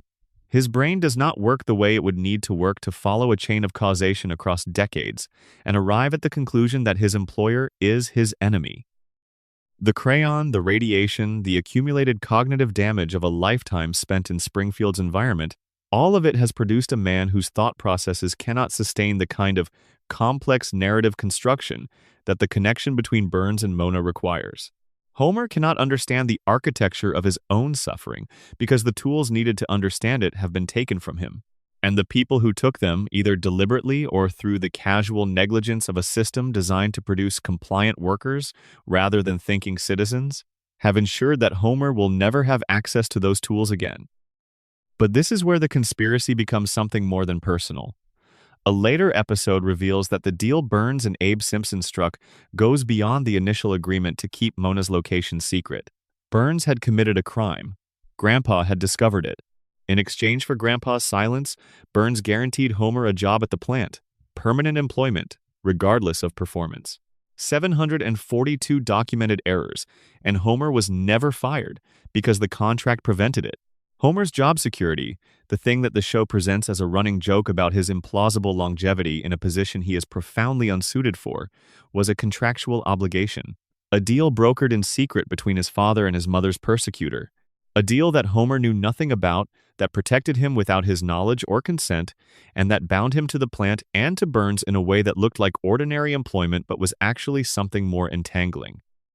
Homer's entire adult life, his career, his financial stability, his sense of identity as a working man, with a specific role in a specific industry, all of it rested on an arrangement made between his father and the man who stole his mother. And nobody told him. Think about what that means for the question of Homer's choices. The show has always presented Homer's continued employment at the plant as a kind of joke about his ability to survive incompetence. He should have been fired 100 times. He keeps doing catastrophically stupid things, and yet the job persists. The punchline is that Burns is either too forgetful or too distracted to fire him. But the actual answer is that Burns cannot fire him. The deal prevents it. And the deal exists because of Mona. And Mona left because of Burns. And Burns pursued her for decades because she destroyed his weapons lab. And the weapons lab was in Springfield because Burns owned Springfield and could do whatever he wanted to it. The chain connects. Every link of it connects. Homer's incompetence at his job, which poisons the town, which damages the cognitive function of the residents, which makes them unable to question the plant, which keeps Burns in power, which keeps the weapons lab's existence a secret, which keeps Mona in exile, which keeps Homer's wound open, which keeps Homer emotionally dependent, which makes him the perfect employee, which keeps him at the plant, which poisons the town. The loop is closed, and it was closed by a single act of spite from a man who was helped to his feet after a weapons lab was blown up and responded to that kindness by destroying the family of the woman who offered it. Burns didn't just take Homer's mother. He shaped Homer's life into a specific configuration that served Burns's interests. By driving Mona away when Homer was a child, by ensuring Homer grew up emotionally incomplete and desperate for approval and incapable of tolerating the idea of abandonment, Burns manufactured the ideal worker for a dangerous facility where any competent, psychologically healthy adult would have demanded better conditions or simply left. Homer doesn't stay at the plant because he's too stupid to find something better. Homer stays because the alternative, the risk of loss, the possibility of being left again the way he was left when he was 6 years old, is a terror so deep and so old that it overrides every other consideration. Burns broke him before he was old enough to understand what was happening, and the broken version of Homer is exactly the version that the plant requires. There is a later episode where the show explores what Homer's life might have looked like if the crayon had never been inserted into his brain, if his mother had stayed, if the damage had not happened. The version of Homer that emerges from this hypothetical is articulate, engaged, thoughtful. He can hold a conversation about ideas. He can follow complex arguments. He can see his situation clearly and respond to it with something approaching strategic intelligence. That Homer would have looked at the nuclear power plant and understood what it was doing to Springfield. That Homer would have looked at his employer and recognized the enemy. That Homer would have connected the dots. Burns made sure that Homer could not do any of those things. Not through a single deliberate act. Through the cumulative weight of a system that Burns built and maintained, a system in which Homer's mother was exiled, his father was silenced, his childhood was defined by a lie, his intelligence was chemically suppressed, and his emotional architecture was shaped by grief into the configuration most useful to the billionaire who created the conditions of that grief. Mona Simpson died in a later season. Homer sits beside her. He holds her hand. There is no joke in the final moment. There is no cutaway, no comic relief, no reset. There is just a man and the mother he barely knew, and the weight of 27 stolen years pressing down on the scene. And then she is gone. And Homer is left in the room with the shape of everything that should have been. The Simpsons has always been described as a comedy about a dysfunctional family. But Mona's story, the full arc of it, the activism and the weapons lab and the FBI and the exile and the secret deal and the reunion and the second goodbye and the final goodbye is not a comedy at all. It is the story of 3 generations broken by one man's grudge. And the man with the grudge is still there, still at the plant, still signing Homer's checks.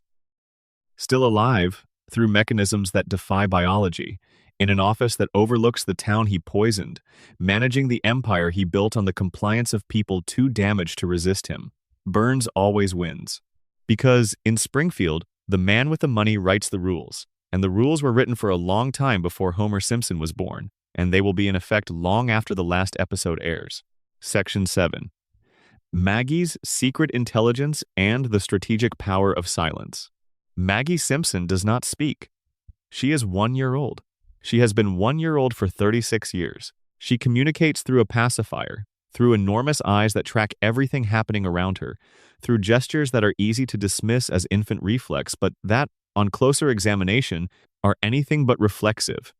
She cannot walk without falling. She is physically limited by a body that is still in its earliest developmental stages. By every visible measure, she is exactly what she appears to be, except that she is not. The evidence for what Maggie actually is has been accumulating since the show's early seasons, presented in each episode as a joke or a background detail, and collectively forming a portrait of the most strategically intelligent character in the entire Simpson family, possibly in all of Springfield. Let's start with the shooting, because it is the act that defines Maggie in popular consciousness, even though, as we've already examined in detail, the question of whether she actually pulled the trigger is considerably more complex than the official verdict suggests. For the purpose of this section, set aside the question of guilt. Focus instead on the aftermath. A baby was identified as the person who shot the richest man in Springfield. The police investigated. Evidence was examined. Expert testimony was gathered. And the official conclusion was that yes, this infant committed an act of violence against a grown adult, and there is nothing the legal system can do about it. Chief Wiggum said it himself. No jury in the world would convict a baby. So Maggie, whether she is guilty or not, has established a precedent. She exists in a legal category where the usual consequences of harmful action do not apply. She is below the threshold of accountability. And whether or not that is something she consciously understood when the gun discharged in the parking lot, it is something that the show's subsequent treatment of her character suggests she has, on some level, internalized. Now look at the final shot of the Who Shot Burns resolution.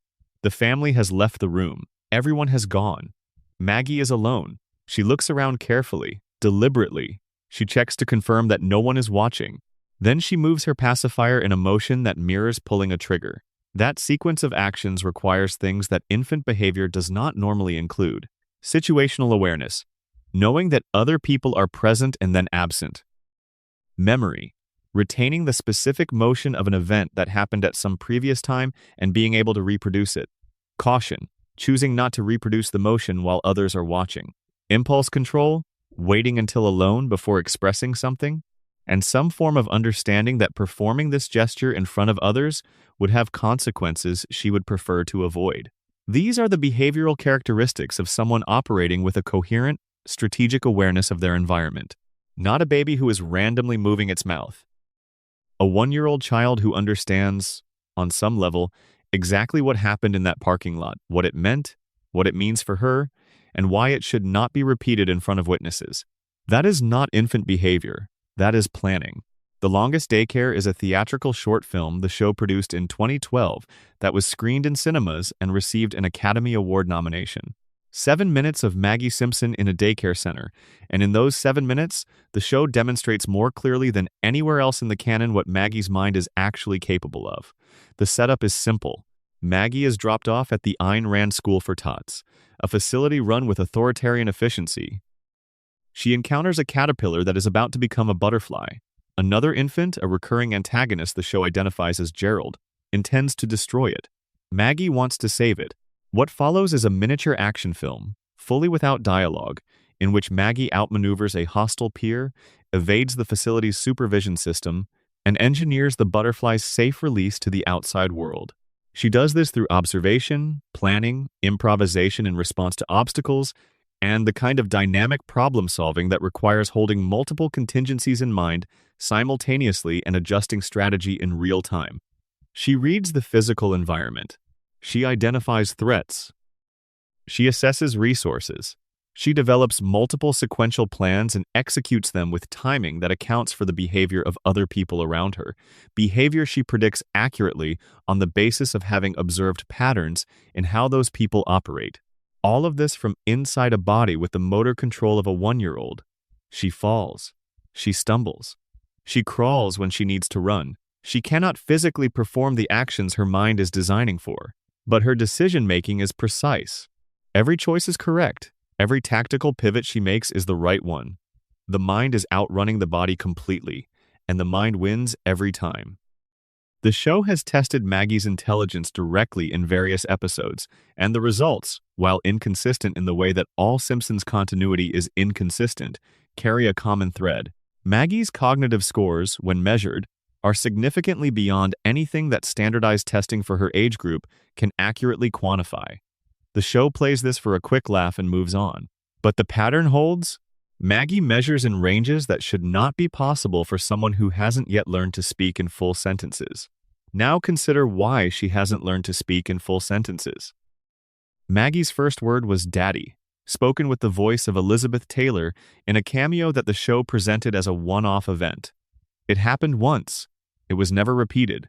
In 36 years of episodes, across hundreds of storylines and thousands of scenes, Maggie has not developed language in any meaningful way. She is surrounded by one of the most verbally intense households in television. Homer's stream of consciousness commentary on his own experience is essentially continuous. Marge processes her anxiety and her love and her frustration through an endless patient narration. Bart and Lisa communicate through a constant friction of words, ideas, arguments, and negotiations. Maggie sits in the middle of all of this and says nothing. The standard explanation is that she is a baby and babies don't talk. But the show has demonstrated repeatedly that Maggie's cognitive development is not following the standard infant trajectory. If her mind is working at the level that the available evidence suggests, then her linguistic silence is not a developmental delay, it is a choice. Consider what happens to the brilliant women in this family when they make themselves heard. Lisa Simpson is the most obviously intelligent character in the show's universe. Her IQ has been tested and found to be exceptional. She can engage with academic material that would challenge adults at advanced educational levels. She is emotionally perceptive and morally serious and creative and articulate. And what has all of that gotten her? Isolation, primarily. Mockery. The experience of being the smartest person in the room, in a room that has no interest in intelligence. Lisa speaks up and gets ignored. She challenges authority and gets punished. She tries to improve the world around her and gets worn down by a community that does not want to be improved. Her brilliance is her most defining characteristic and also the quality that has caused her the most pain. Maggie has been watching this since she was born. Maggie has observed what happens when someone with exceptional intelligence makes that intelligence visible in Springfield. She has watched her sister fight every day for recognition and receive in return a kind of tolerance that falls considerably short of acceptance. She has watched the smartest person in the household be consistently dismissed and undervalued by a community that rewards compliance and punishes insight. And Maggie drew a conclusion. The conclusion is not, as Lisa's conclusion is, to keep fighting regardless of the cost. Maggie looked at Lisa's approach and made a different calculation. She decided that visibility is vulnerability. That intelligence displayed is intelligence targeted. That the less a person is noticed, the more that person can accomplish without interference. Silence, in Maggie's operational framework, is power. Think about the pattern of her interventions throughout the series. Every time Maggie acts decisively, every time she saves someone or prevents a disaster or accomplishes something that should be beyond her capabilities, it happens below the radar. No one is watching when it counts.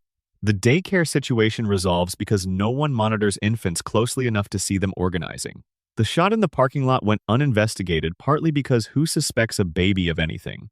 Every moment where Maggie's capability becomes visible, it becomes visible in a context where the people around her are too distracted by other things to process what they're actually seeing. And Maggie has ensured this by maintaining the most effective available disguise. She performs being exactly what everyone expects a baby to be: quiet, passive, dependent, requiring management but not commanding attention. She sits in the high chair and she watches and she processes everything and she says nothing. And the adults in her life proceed with the comfortable assumption that the baby is too young to understand what's happening around her. The baby understands everything. Connect this to the radiation theory and something interesting happens. If Springfield's contaminated environment creates mutations that affect each person differently, then Maggie represents the opposite extreme from Homer. His mutation diminished cognitive function to a clinical disability. Her mutation amplified cognitive function to levels that cannot be properly measured. Same environmental input, same family, same water, same air, opposite biological outcomes. Homer is what happens when the system takes something away. Maggie is what happens when the system adds something extraordinary. They are a study in contrast that only makes sense as a pair. The father who cannot think, and the daughter who thinks better than anyone in the town and has the wisdom to keep it to herself. If the coma theory is true, Maggie's extraordinary qualities take on a different emotional register entirely. If Homer is dreaming, if every episode is the unconscious work of a comatose mind processing hope and loss and love and grief, then Maggie's genius is something else. It is Homer's deepest wish for his youngest child, the child he cannot watch grow up because he is not there to witness it. He cannot see what she becomes. He cannot watch her take her first real steps or speak her first real sentences or make her first real friend. His unconscious mind has no access to any of that because it didn't happen before the vending machine fell. So in the dream, he compensates. He makes her extraordinary in the ways he can imagine. He gives her an intelligence that transcends her age, an intelligence so profound that it doesn't need language to function, because that is the version of Maggie that Homer most needs her to be. The version who will be okay without him. The version who is already, at 1 year old, more capable of managing her world than most adults twice her height. The version who doesn't need a father to protect her because she is already protecting herself. Maggie's genius, in this reading, is not a mutation or a quirk or a running joke about precocious infants. It is a father's prayer. A comatose man's most urgent hope for the child he most fears for, projected into the dream that has replaced his waking life. Back in Springfield and whatever passes for reality there, a different question presents itself. Maggie has been watching. For 36 years, she has been in every room at every table, present for every conversation and every crisis and every catastrophe and every reset. She has seen the radiation in the water and the yellow skin that nobody questions. She has watched the town vote to forget things. She has watched her father absorb Burns's contempt without ever understanding where it comes from. She has watched her sister fight and lose the same arguments over and over with the same institutional inertia. She has been watching all of it, and she is waiting. The show has never told us what Maggie is waiting for. It has never revealed the endgame of her strategic silence. It has given us glimpses of what she is capable of, and then tucked those glimpses back behind the pacifier and the large eyes and the performance of ordinary babyhood. But every glimpse points in the same direction. Maggie is the most capable person in her family. She has, through 36 years of deliberate invisibility, ensured that nobody in her family, her town, or her community has any accurate picture of what she can do. And somewhere behind that pacifier, something is thinking, something is planning. Something is taking the long view in a town where everyone else is trapped in a perpetual present, unable to look forward or back with any clarity. When Maggie finally decides to act, Springfield will not see it coming, and Maggie will have made sure of it. Section: Principal Skinner is not real, and Springfield voted on it. There is an episode of The Simpsons that fans have been calling the worst thing the show ever did for almost 30 years. They cite it as the moment the writers stopped caring about continuity. The moment the show betrayed the audience. The moment something fundamental broke in the relationship between the series and the people who loved it. They are wrong about what the episode actually is. Or rather, they are right about what it did but completely wrong about how to feel about it.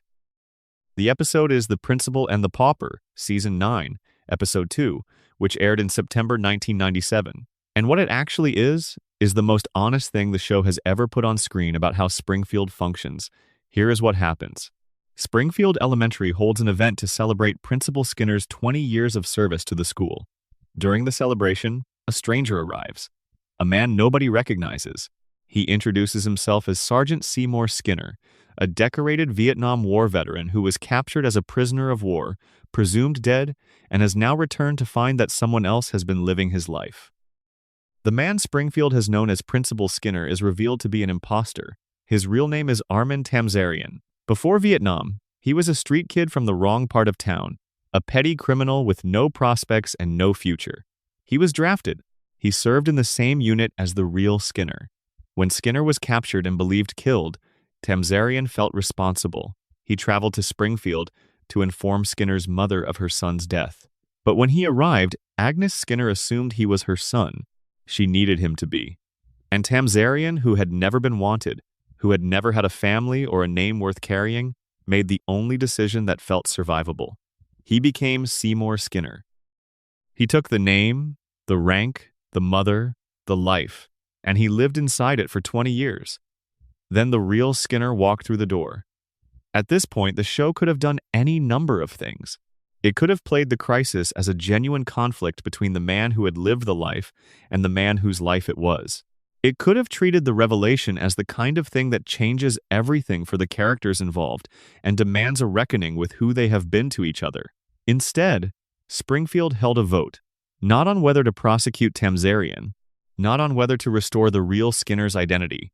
The town voted on whether to acknowledge the truth at all. The verdict was unanimous. They chose the lie. Judge Snyder issued a legal decree establishing that Armin Tamzarian was, officially and irrevocably, the real Seymour Skinner. The actual Seymour Skinner, the war hero, the survivor, the man whose life had been lived by someone else for 2 decades, was tied to a railroad car and physically removed from Springfield. And the judge made it explicitly illegal to ever mention the truth again, under penalty of punishment. Fans hated this episode with a passion that has not diminished in the nearly 3 decades since it aired.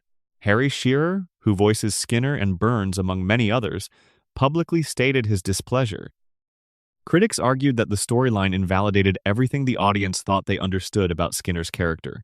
His military service, his relationship with his mother, his dynamic with Bart, all of it suddenly sitting on the foundation of a lie. The episode has been called the point at which The Simpsons stopped respecting its own continuity. The moment the writers started doing whatever they wanted, without regard for the world they had built. But here's the thing none of those criticisms engage with. The episode is correct.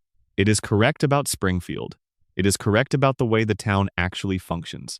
It is not a failure of continuity. It is a precise, accurate, and extraordinarily direct depiction of something the show had been depicting indirectly for 8 years. Springfield has always done this. The town has always voted to maintain comfortable lies over uncomfortable truths. The town has always agreed, through some unspoken collective mechanism, to forget whatever doesn't fit the narrative that everyone has decided to live inside. The difference is that this episode showed you the mechanism. Every other time Springfield resets after a catastrophe, every other time the town forgets something it should remember, it happens off-screen. Between episodes, in the ellipsis between a disaster and a new story, you don't see the vote. You don't see the decree. You don't see the actual man tied to an actual train and expelled from the community for the crime of being true. The Principal and the Pauper is the only episode that let you watch it happen in real time. Consider the list of things Springfield has experienced and then forgotten. The town has been destroyed multiple times and rebuilt between episodes without acknowledgement. It has been sealed under a federal dome. It has survived nuclear near misses. It has been invaded. It has weathered environmental catastrophes that should have permanently altered the community's relationship to the power plant and to Burns. And every single time, by the following episode, the slate is wiped. Nobody references the previous disaster. Nobody shows signs of processing what happened. The town simply continues, as if the event existed in a different Springfield from the one they currently inhabit. The official term for this is episodic storytelling. The show resets between episodes because that is how weekly television comedy works. Each story is largely self-contained. Consequences don't carry across episodes because carrying them would eventually make the show too heavy to sustain its comedic register.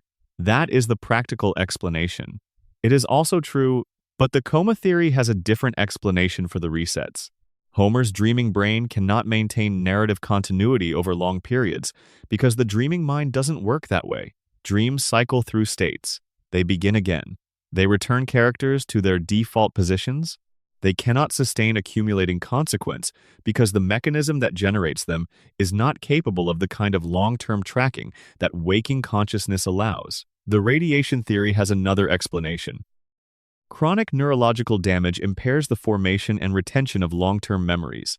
A population with compromised cognitive function does not forget catastrophic events out of convenience.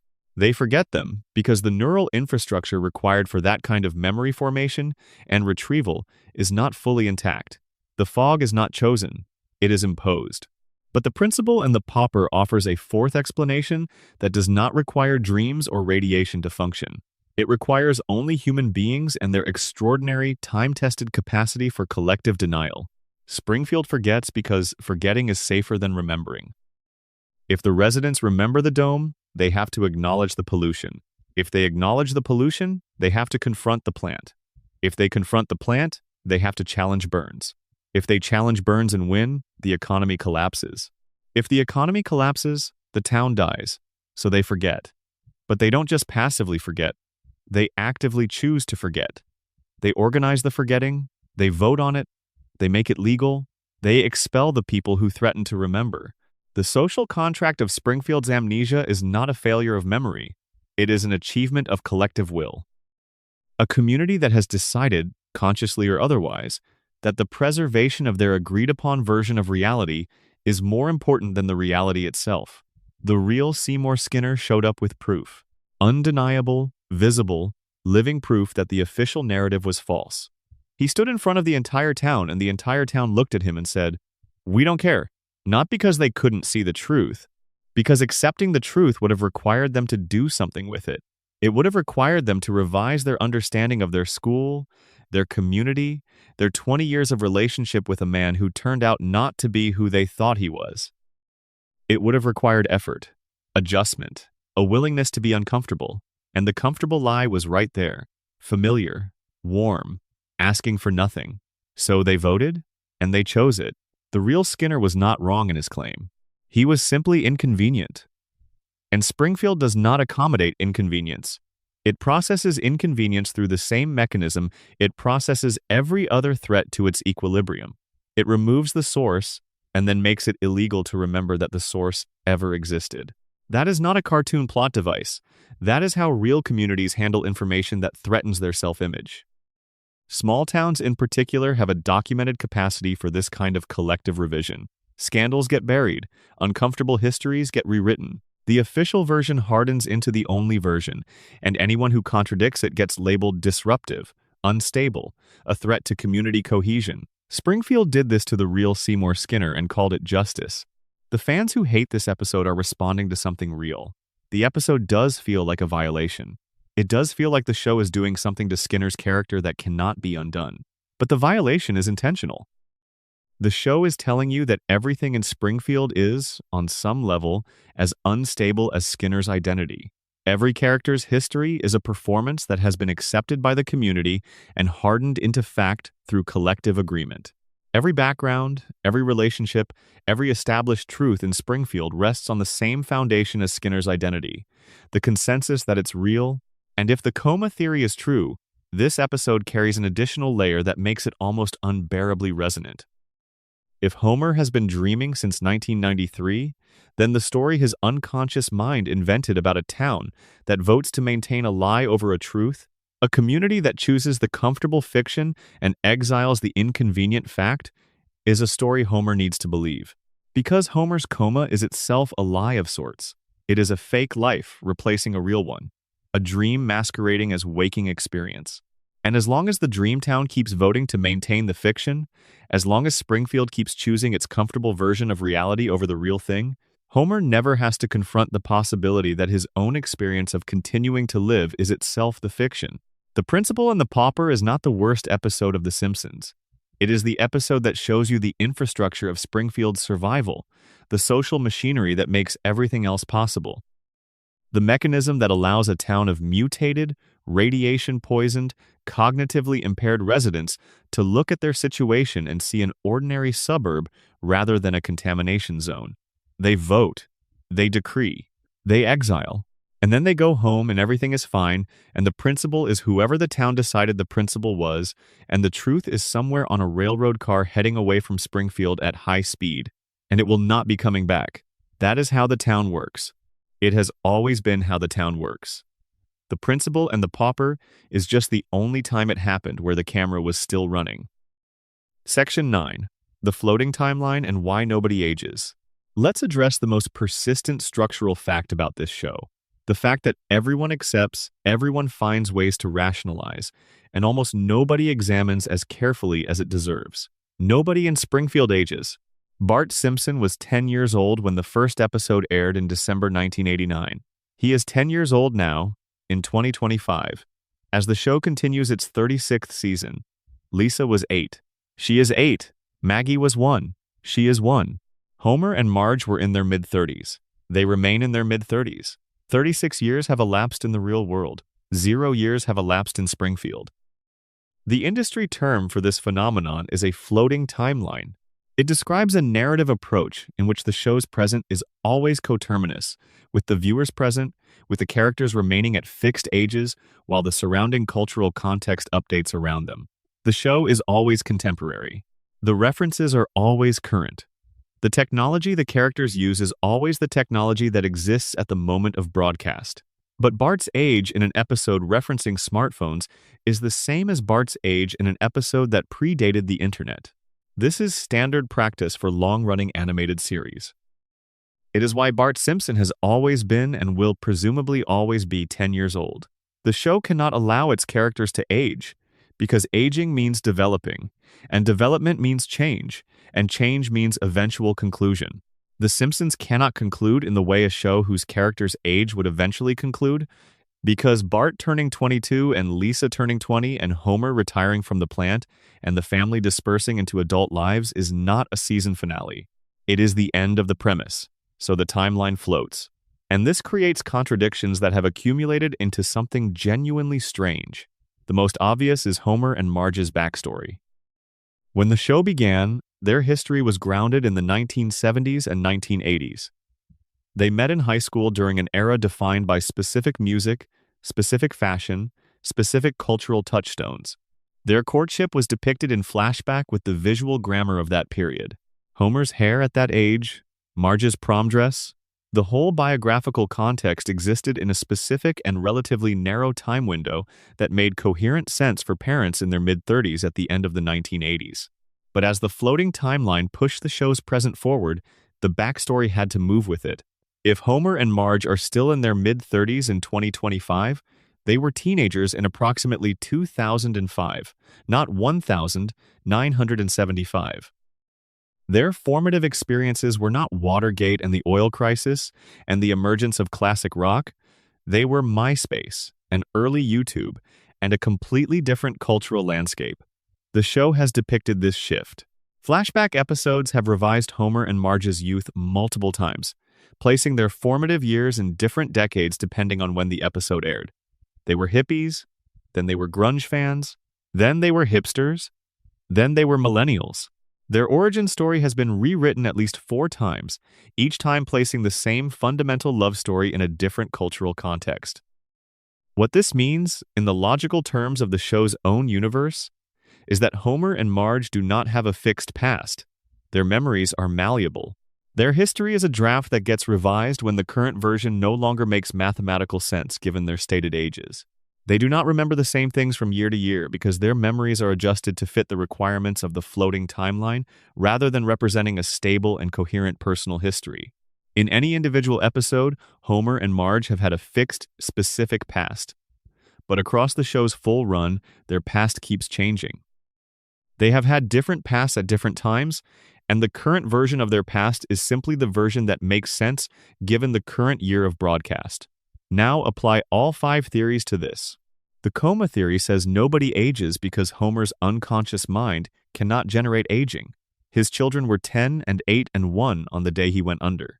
Those ages are the only reference material available to the dreaming brain. To make Bart 11 would require data that Homer doesn't have, because Homer was never conscious for an episode of Bart's life after that day in April 1993. The floating timeline is not a production convention. It is the limitation of a dreaming mind operating without access to information it never received. The radiation theory says nobody ages because their biology has been altered at the cellular level by decades of contamination. Normal human aging depends on cellular processes that radiation damage disrupts. The people of Springfield have been exposed to enough chronic radiation that their biology no longer follows the normal trajectory of development and decline. The aging mechanism, somewhere in the cellular machinery of every Springfield resident, has been compromised. They are not immortal. They are simply suspended in a biological present from which they cannot advance. The principle and the pauper theory says nobody ages because Springfield collectively decides not to allow it. Aging is a truth that the town would have to acknowledge. Acknowledging it would mean admitting how much time has passed, how much has changed, how many disasters have been processed and forgotten, how many years of contamination have accumulated in the water table and the air and the bodies of the residents. The town voted to keep Tamsarian. It would vote just as readily to keep itself from acknowledging the passage of time. Youth is comfortable. The alternative requires confronting the arithmetic of 36 years. The Burns immortality theory says the concept of aging is already negotiable in Springfield's universe. If one person has found ways to sustain biological function far beyond normal human limits, using technology and wealth and a weekly medical protocol, then the question of whether others might be subject to similar processes, intentionally or accidentally, becomes at least theoretically open. And all of these theories arrive at the same conclusion by different routes. Time does not work in Springfield. Not because it is a cartoon, though it is, but because something, whether it is the radiation or the coma or the collective agreement or the billionaire's pharmaceutical protocols or some combination of all 4, has broken the normal flow of time for every person who lives in that town. The floating timeline is not a production decision that the writers made to extend the show's run indefinitely. It is the show's deepest structural argument about what Springfield is. The characters are trapped. The show has imagined them aging. It has shown us what could happen if time were allowed to pass in Springfield. The Season 6 episode, Lisa's Wedding, takes the audience forward in time to show Lisa as a 23-year-old woman, engaged to be married, navigating a future that the show depicts with emotional specificity and genuine care.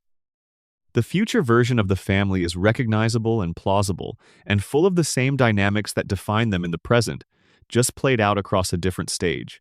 The show can imagine aging. It simply refuses to allow it. And after every flash forward, every glimpse of what The Simpsons might become if the timeline were allowed to progress, the show returns. Lisa goes back to being 8, Bart goes back to being 10. The future closes like a door, and the permanent present resumes. The show can see where the road goes. It chooses not to take the characters there. This choice carries a meaning that extends beyond the practicalities of keeping a long-running show on the air. The floating timeline is not just a production decision. It is a statement about what the audience needs from this show, what we have always needed from it. Homer must always be mid-30s and struggling. Marge must always be patient and holding things together. Bart must always be rebellious and 10. Lisa must always be brilliant and isolated and 8. Maggie must always be watching and silent and 1. The structure must hold, because the structure is not just the structure of a television show. It is the structure of something more fundamental, The American family. The Simpsons have been the American family for longer than any other fictional household in the history of the medium. They have been a constant in the lives of viewers who grew up watching them, who have continued watching them as adults, who are now introducing them to their own children. The show has been present for multiple generations of the same actual families, and through all of that time, the Simpson family itself has not changed. Homer is still Homer. Marge is still Marge. If they aged, they would eventually leave.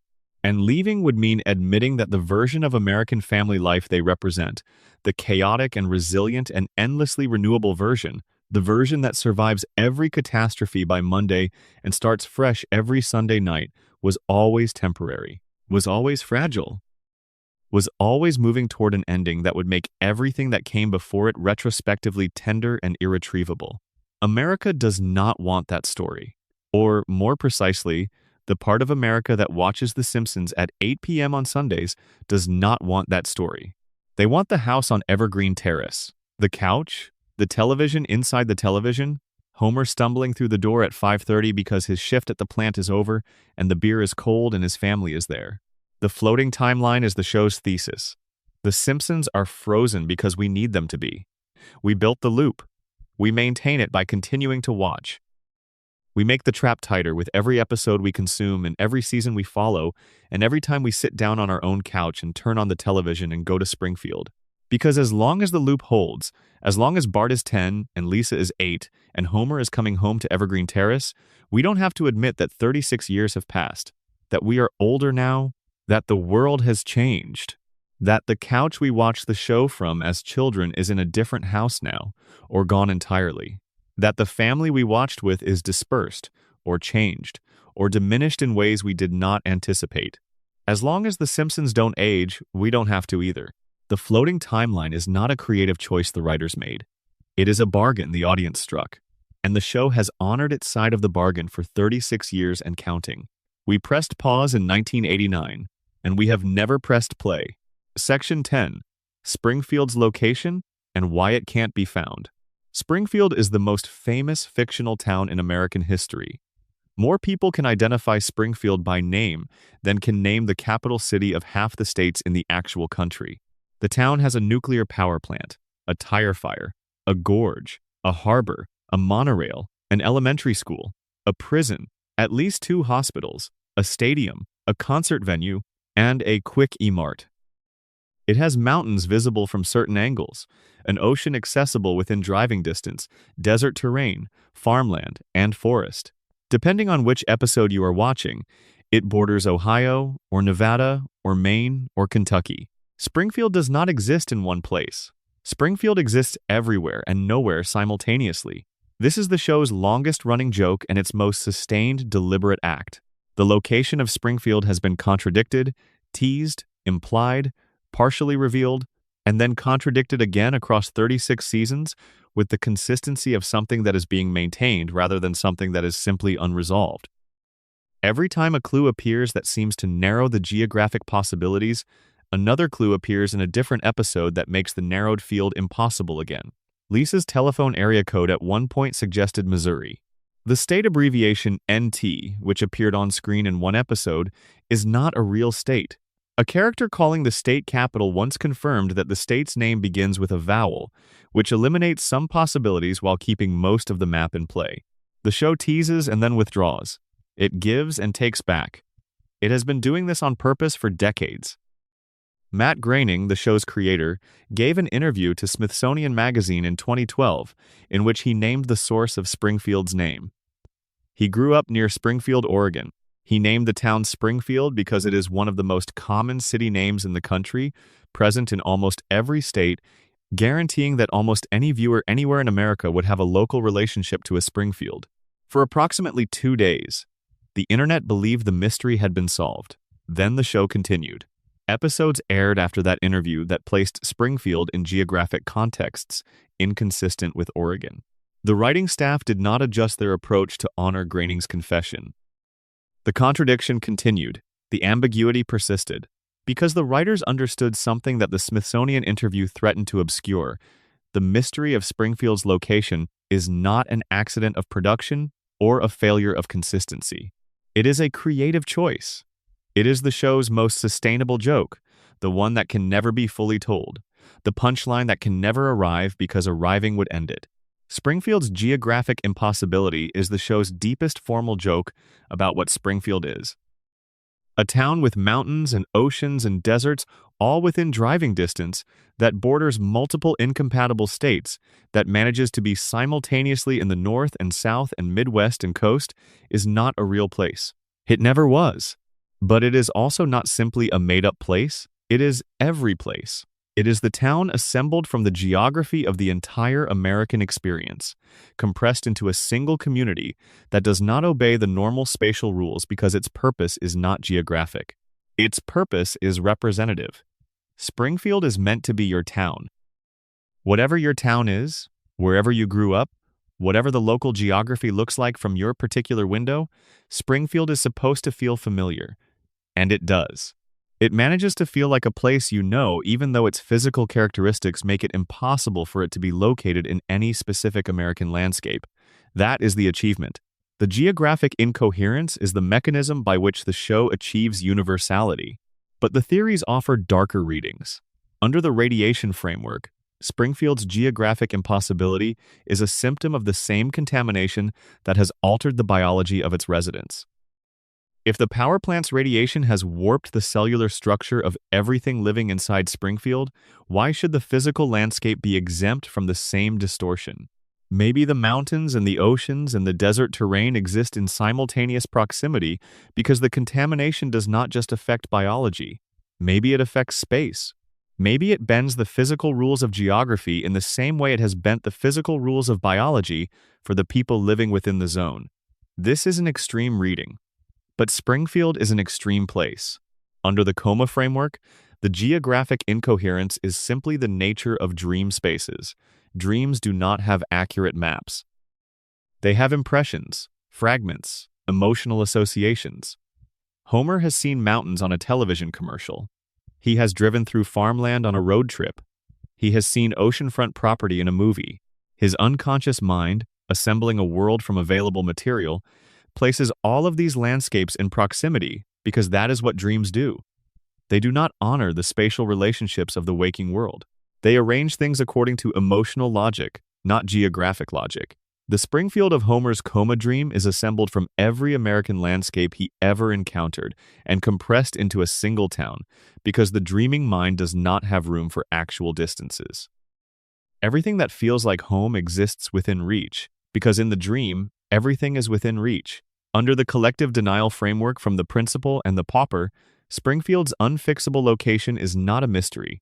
It is a strategy. You cannot investigate a town you cannot find. You cannot hold a power plant accountable if the regulatory jurisdiction over it is permanently ambiguous. You cannot bring federal charges against an industrial facility if the state it is located in keeps changing. You cannot subject it to consistent environmental oversight if every regulatory agency that develops expertise in Springfield's specific situation finds itself operating in a different jurisdiction by the time it has gathered enough information to act. Springfield floats between states because floating is safer than landing. Landing means accountability. Landing means someone with a badge and a mandate shows up and says, "This is where you are, and these are the rules that apply here.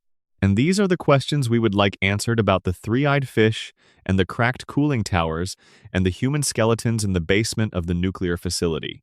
The town's refusal to have a fixed location is the perfect shield against exactly this kind of inquiry.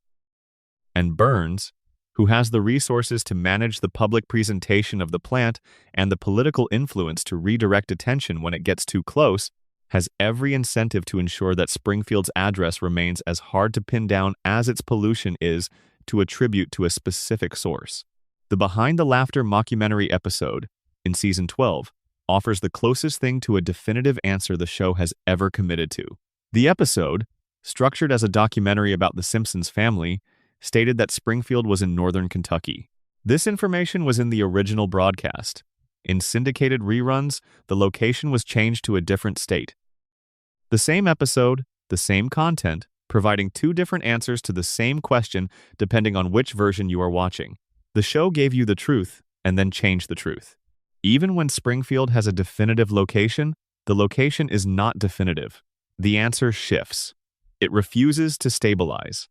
It mutates, in the way that everything in Springfield mutates eventually. Springfield will never be found, not because the show cannot decide, but because the show decided long ago that an unfound Springfield is more useful than a located one. A town that exists everywhere is a town that belongs to everyone. A town that belongs to everyone cannot be shut down by anyone. It cannot be regulated or quarantined or subjected to the kind of specific, locally grounded accountability that has always been Burns's greatest vulnerability. As long as Springfield has no fixed coordinates, Burns is safe. As long as Burns is safe, the plant keeps running. As long as the plant keeps running, the water stays contaminated. And Springfield remains exactly where it has always been. Everywhere and nowhere. Familiar to everyone. Findable by no one. Section 11. The predictions. How a cartoon read the future. In the year 2000, The Simpsons aired an episode called Bart to the Future. The premise was a flash forward to a near-future America in which Lisa Simpson has become the first female president of the United States. In the episode's opening framing, Lisa's predecessor in the Oval Office is identified as Donald Trump. The episode aired 16 years before Donald Trump won the 2016 presidential election. The internet, when this connection was rediscovered in the weeks following Trump's election victory, went through what can only be described as a collective moment of cognitive vertigo. Screenshots circulated. Clips were shared. The phrase "The Simpsons predicted" it became a meme that transcended the show's own fan base and entered mainstream cultural conversation. People who had not watched The Simpsons in 20 years were suddenly talking about the show, and that Trump episode was just the beginning. The list of apparent Simpsons predictions is long enough to fill its own dedicated documentary, and people have made several. In a 1995 episode, a character uses a device that bears a strong resemblance to a modern smartwatch, years before wearable computing became commercially viable. In a 1994 episode, Homer goes to space alongside Buzz Aldrin, decades before commercial space tourism began attracting serious investment and producing actual flights with civilians on board. In a 1998 episode, Homer encounters a mathematical equation that commentators later noted appeared to predict the mass of the Higgs boson particle, a discovery that was not experimentally confirmed until 2012. In a 1999 episode, Homer develops a theory about the shape of the universe. The theory involves a donut. Years later, cosmologists analyzing radiation patterns noted that certain data was consistent with a universe shaped like a torus, which is geometrically similar to a donut. The scientific community did not derive this from The Simpsons, but The Simpsons got there first. In a 1993 episode, Marge catches a flu that originated in Asia and spreads to Springfield, causing panic buying and a desperate search for a cure. The episode aired 27 years before a respiratory illness with Asian origins spread globally and produced exactly the same social responses the show depicted. During the chaos of that fictional epidemic, the town's residents accidentally released a swarm of killer bees, a detail that felt less random when Asian giant hornets, dubbed murder hornets by American media, began appearing in the United States during the actual 2020 pandemic. In 1996, an episode featured a gag in which the hip-hop group Cypress Hill accidentally booked the London Symphony Orchestra. 28 years later, in 2024, Cypress Hill performed with the London Symphony Orchestra at the Royal Albert Hall. In a 1998 episode, the show depicted the media company that owns The Simpsons being acquired by a larger corporation with mouse-themed branding. In 2019, Disney completed its acquisition of 21st Century Fox, which included The Simpsons home network. The list continues. Video calling depicted years before it was commercially available. Autocorrect failures used as a gag before smartphones existed. Surveillance culture as a source of comedy before the surveillance infrastructure became as pervasive as it now is. The official explanation from the people who actually make the show is the one that Al Jean has offered most succinctly. If you throw enough darts, you hit some bullseyes. The Simpsons has produced nearly 800 episodes over 36 years. Each episode contains dozens of jokes, satirical observations, and extrapolations of cultural trends. When you generate that much content across that long a period, some portion of it will align with future events through sheer statistical probability. The volume is large enough that coincidences are not just possible, they are inevitable. Producer Bill Oakley, who ran the show during several of its peak seasons, was even more direct. There are very few cases where The Simpsons predicted something. Mostly it is coincidence and the cyclical nature of history. These are honest assessments from people with direct knowledge of how the show is made. And they are almost certainly correct for the majority of the apparent predictions. Fact-checking organizations that have examined specific claims have found that most of them follow a simple pattern. The show identified a trend that was already visible at the time of writing, extrapolated it to an absurd but logical conclusion, and the real world eventually followed the trajectory the show had predicted. The writers did not predict Trump's presidency by looking into the future. They observed that Trump had been publicly flirting with running for president since the late 1980s, noted that celebrity culture and political culture were converging in ways that made unconventional candidates more viable, and wrote a joke about the logical extreme of that convergence. 16 years later, the logical extreme happened. They did not predict the Disney acquisition of Fox. They noted that media consolidation was an accelerating trend and wrote a gag about a corporation with mouse imagery swallowing its competitors. 21 years later, the gag became a press release. The Simpsons writing staff has historically been one of the most academically credentialed in television. Multiple writers hold degrees from Harvard, Yale, and other institutions with strong mathematics, science, and political science programs. These are not people guessing randomly. They are highly educated observers of American culture who spend their careers analyzing trends and extrapolating current trajectories to their logical conclusions. They are not seeing the future. They are reading the present with unusual clarity and then pushing it forward. But here is where the confident debunking runs into its own difficulties. Some of the coincidences are too specific. Some of them do not follow from trend extrapolation. Some of them involve precise details that cannot be accounted for by the general principle of volume-producing coincidences. The Trump episode did not just predict that a celebrity might become president.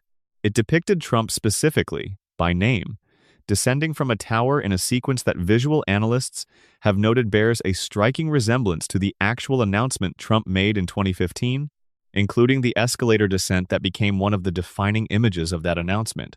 The Siegfried and Roy episode from the early 2000s depicted a white tiger attacking one of its trainers in a performance gone wrong. In 2003, Roy Horn of the Siegfried and Roy act was critically injured when one of the act's white tigers attacked him during a performance in Las Vegas. These are not trend extrapolations. These are specific details that align with subsequent events in ways that the volume and coincidence explanation feels inadequate to account for. And this is where the most interesting theory about the predictions emerges. One that is less dramatic than time travel or prophecy, but potentially more significant than either. The Simpsons does not predict the future. The Simpsons shapes it, not through magic, not through any supernatural mechanism. Through cultural influence of a scope and duration that has no real precedent in television history, The Simpsons is one of the most widely watched, most quoted, most deeply embedded pieces of American media ever created. It has been running for longer than most of its current audience has been alive. Its jokes have become part of the American cultural lexicon. Its images and scenes and lines of dialogue circulate continuously through the cultural bloodstream, referenced in conversation, shared on social media, deployed as shorthand for a vast range of situations and experiences. When The Simpsons makes a joke about Trump becoming president, that joke enters the cultural awareness of millions of people. It becomes a reference point. It colors how those people think about the possibility of a Trump presidency when the idea surfaces in political conversation. It makes the scenario feel familiar rather than shocking. It primes the cultural imagination to find the idea recognizable rather than impossible. The show's satire does not forecast the future. It normalizes it. It takes trends that are already in motion and depicts their logical endpoint as an established fact. And when that endpoint eventually materializes, the cultural response is not shock. It is recognition. We've seen this before. The Simpsons already did this. The joke about Disney acquiring Fox did not predict the acquisition. The joke made media consolidation feel inevitable by treating it as a foregone conclusion. And when the acquisition happened, the cultural reaction was not disbelief, but the specific, resigned familiarity of something that was always going to happen. The Simpsons told us, Springfield doesn't reflect America. America has been becoming Springfield. The show held up a mirror for 36 years, and we stared into it so long and so consistently that we began to resemble what we saw. The nuclear power plant and the corrupt billionaire, and the ineffective government and the population too distracted to notice how thoroughly they're being exploited, and the endless cycle of catastrophe, followed by reset, followed by the same catastrophe again. Springfield is not a prediction of where America was heading. Springfield is a diagnosis of where America already was. The show just wrote it down before most of the country was ready to read it. And the final dimension of this that genuinely deserves attention is the role of the audience's memory in making the predictions seem more prescient than they are. The Simpsons has also made thousands of jokes that did not come true, predictions that failed, satirical observations about technology that never materialized, political scenarios that went the other way, cultural shifts that didn't happen. Nobody shares those on social media. Nobody builds internet threads around the Simpsons predictions that turned out to be wrong. The failed predictions disappear. They are filtered out by the same mechanism that makes only the hits memorable. Confirmation bias operates in one direction. The mind records the alignments and discards the misses. When you produce 800 episodes containing thousands of satirical observations about American culture, and then run those observations through the most powerful confirmation bias engine ever created, which is the internet, you produce a highlight reel that looks like prophecy. The predictions are not supernatural. They are the natural output of an exceptionally well-written show running for an impossibly long time, filtered through selective memory on a massive scale. But even knowing how the mechanism works, even understanding the statistical reality and the confirmation bias and the role of cultural priming, there are specific moments in the show's history where the alignment is so precise, the details so specific, the coincidence so exact, that even the most skeptical viewer pauses for a moment. And in that pause, the mystery reasserts itself. Because the truth is that even if you can explain every individual prediction, the show has been right about enough specific things often enough that its writers, the highly educated, culturally sophisticated, trend-reading observers who have been making it for 36 years, sometimes pause themselves. They produced 800 episodes. Some of them were going to come true. And the ones that came true are the only ones anyone remembers. But some of them are so specific that even Al Jean, in his most confident dismissals, seems to be leaving something unexamined at the edge of the question. Maybe the show just knows something. Section 12. Hans Moleman's immortality problem. Ned Flanders' invisible tragedy, and the characters Springfield quietly destroyed. There is a man in Springfield who has been killed more times than any character in the history of American animation. His name is Hans Moleman. He is small and elderly and nearly blind, and he exists in the background of Springfield's civic life as a kind of human punching bag, a figure who absorbs the town's incidental violence with the resigned quality of someone who has accepted that this is simply what his existence consists of.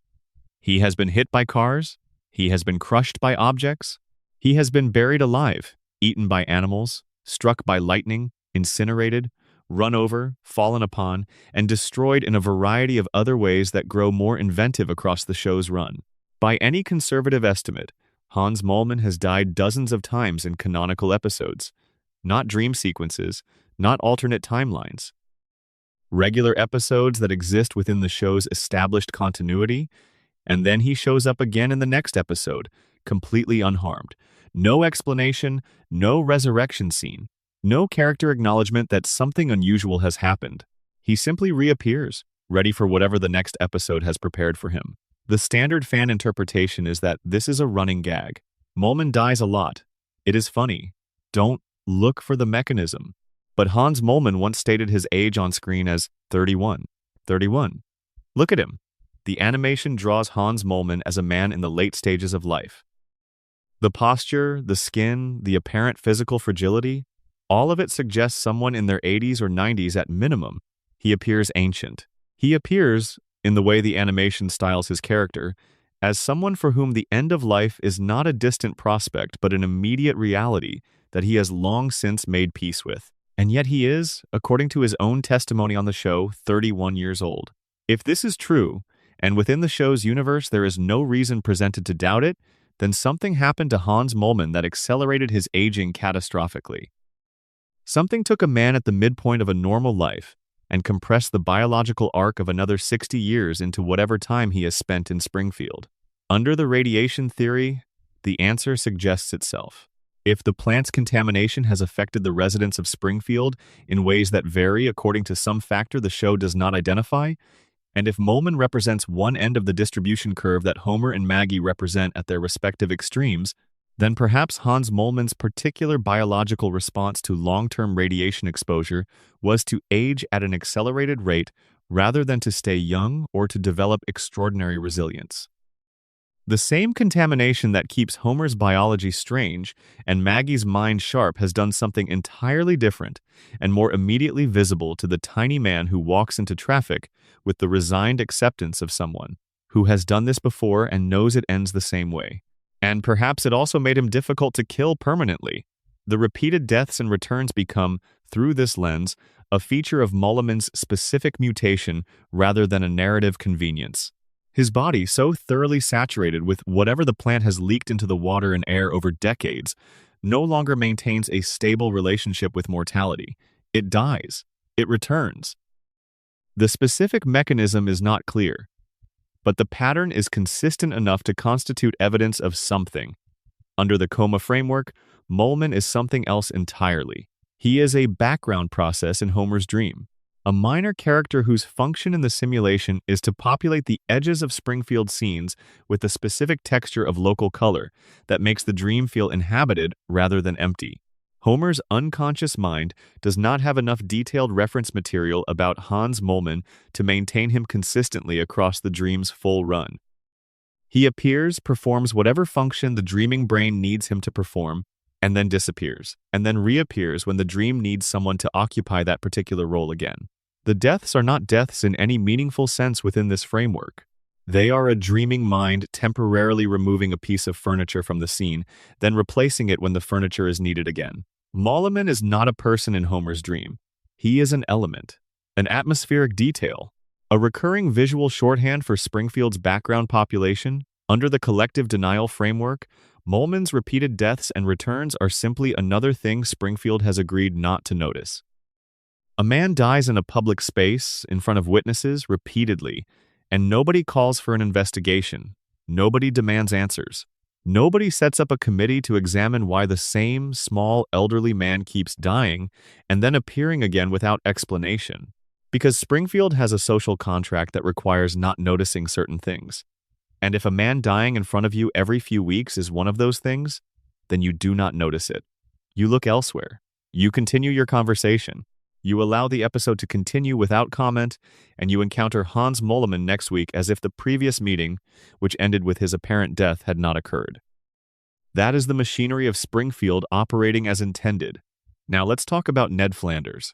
Because Ned Flanders is the character the show has destroyed most thoroughly and most quietly, and the darkness underneath his relentless positivity is one of the most genuinely unsettling things in the entire series once you see it clearly. On the surface, Ned is everything Homer is not. Kind and patient and generous and devoutly religious and physically healthy and financially responsible, and a good father and a good neighbor. By any conventional moral measure, Ned is a better person than Homer in every area where the two can be compared. And the show has spent 36 years punishing him for it.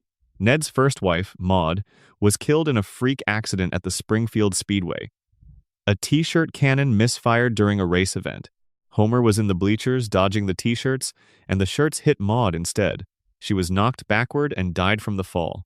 Homer's reflexive selfishness, his instinct to protect himself without regard for the consequences to people around him, caused the death of his neighbor's wife. This is not ambiguous. This is the causal chain the episode presents. Homer did not intend to hurt Maude, but his behavior led directly to her death, and Ned forgave him. He forgave Homer because that is what Ned does. He absorbs and he forgives and he turns the other cheek, and he maintains his faith that God has a plan and that everything serves a purpose, even the t-shirt cannon, even the death of the person he loved most. But in an earlier episode, the show revealed something about Ned's forgiveness that changes its texture entirely. Ned was not always like this. As a child, Ned was violent and uncontrollable. His parents, being committed to a countercultural philosophy that rejected discipline, took him to a psychiatrist who spent years conditioning the aggression out of him, not through gentle therapeutic intervention, through behavioral modification of sufficient intensity that it fundamentally rewired Ned's emotional responses. The psychiatrist took a feral, furious child and programmed him to be calm, to be kind, to be patient regardless of provocation. The kindness is not Ned's character, it is his programming. This means that when Ned forgave Homer for Maude's death, he was not exercising a moral virtue. He was executing the only behavioral response his conditioned psychology allows him to produce when confronted with injury and injustice. His forgiveness is not generosity, it is the absence of the alternative. His brain was trained at the level of reflex to suppress whatever the alternative to forgiveness would be, and that training is so deep and so comprehensive that even catastrophic provocation, even the death of the person he loves most caused by the carelessness of the man next door, cannot break through it. When the conditioning does fail, the show shows you what is underneath. A hurricane destroys Ned's house. The community rallies to rebuild it. They do so with the casual incompetence that characterizes most of Springfield's collective efforts, and the result collapses immediately. Ned, standing in front of the wreckage of his home, staring at this failure from the people he has spent decades serving and supporting and forgiving and helping without complaint, breaks. He says things. He says them to the whole town. He releases years of accumulated grievance in a speech that is furious and specific and devastatingly accurate about the ways every person in his life has used him and failed him and taken his goodness for granted. And then he is committed to a mental health facility. Because in Springfield, the appropriate response to someone finally saying something true is not acknowledgement or reckoning. It is removal. Ned is taken away and treated until the programming reasserts itself. And then he comes back, and everything continues as before. Now consider the theological dimension of Ned's situation, which is where the show's darkest argument about him lies. God talks to Homer. Homer the Heretic, Season 4. Homer has a personal conversation with God. God is specific, personable, engaged with Homer's situation, willing to discuss the nature of existence, and offer a measure of divine attention to a man whose IQ has been tested at 55, and who spends his workdays sleeping at a nuclear power station. Homer has met God twice. Homer, who eats donuts during meltdown warnings and once caused a nuclear incident by throwing a donut into the reactor core, has had face-to-face conversations with the divine. Ned Flanders goes to church every Sunday. He reads his Bible. He prays. He has organized his entire life around his faith, conducted every relationship through its principles, shaped every decision with reference to what he understands his God to require of him. He has sacrificed and endured and maintained and persisted. He has done everything, by his own lights, that a faithful person is supposed to do, and God has never spoken to him. The show never addresses this directly. It does not make the contrast explicit, but it is there in the canon, clearly present for any viewer who has seen both Homer the Heretic and enough of Ned's storyline to understand what Ned's faith means to him and what it has cost him. The most devout man in Springfield gets silence. The man who sleeps through church, who treats his faith as a Sunday obligation when he bothers to observe it at all, who lives a life that is, by Ned's own explicit moral framework, deeply contrary to what faith should look like, gets conversation, gets attention, gets a divine interlocutor who seems genuinely interested in his situation. This is the show's thesis about Ned Flanders, stated not in dialogue but in the structure of who receives divine attention and who does not. Goodness is not rewarded in Springfield. Kindness is not protected. Faith is not answered. The system, whatever the system is, whether it's Burns's economic empire or the radiation or Homer's dreaming brain or the collective social contract of a town that votes to criminalize truth, does not care about moral behavior. It cares about compliance. And Ned is the most compliant man in the town. He was programmed to be compliant before he was old enough to choose. And Homer receives divine conversation, and Ned receives silence. The gap between them, The gap between the man who tries and the man who doesn't, between the man who has done everything right and the man who has done nearly everything wrong, between the man who is good because he was made to be and the man who is incompetent because the system made him that way, has never closed. Because in Springfield, the gap is not supposed to close. The system is not designed to close it. The system is designed to keep Homer at the plant and Ned at the church, and Burns at the top of everything and Hans Molman in the ground and everyone exactly where they are, forever, in a loop that never resolves into the outcome that decency and effort and faith would appear to promise. Ned Flanders is the saddest character the show has ever created, not Homer, who is protected from his own suffering by the cognitive fog that surrounds him. Not Lisa, who is young enough to still believe that things can be different. Not Burns, who is too powerful to experience the kind of suffering that comes from being ordinary and trying and failing. Ned Flanders, who does everything right and gets nothing in return. The man whose wife was killed by his neighbor's selfishness and who responded with forgiveness because his brain won't allow him to respond any other way. The man who goes to church every Sunday and prays to a God who has spoken to Homer Simpson multiple times but has never once spoken to him. That is not a character quirk. That is the show's most honest statement about what kind of place Springfield is. A place where being good gets you nothing, and being Homer gets you everything. Section 13. The loop why we can't let go, and what that says about us. We have spent a long time in Springfield. We have looked at the yellow skin and the four fingers and the three-eyed fish. We have followed the evidence for the radiation theory through the contaminated water supply and the 342 safety violations and the federal quarantine dome.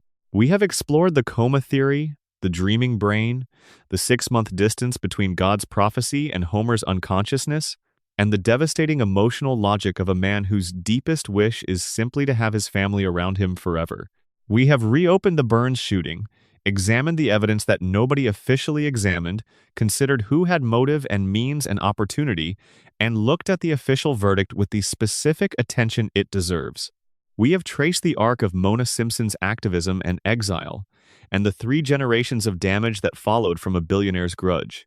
We have watched Maggie behind her pacifier and understood what she is watching and why she is silent. We have voted with Springfield to maintain the lie and then watched the truth get tied to a train and expelled from the community. We have searched for Springfield on a map and found it in every state and none of them. We have counted the predictions that came true and understood why the ones that failed don't circulate on the internet. We have stared at the floating timeline until the loop stared back.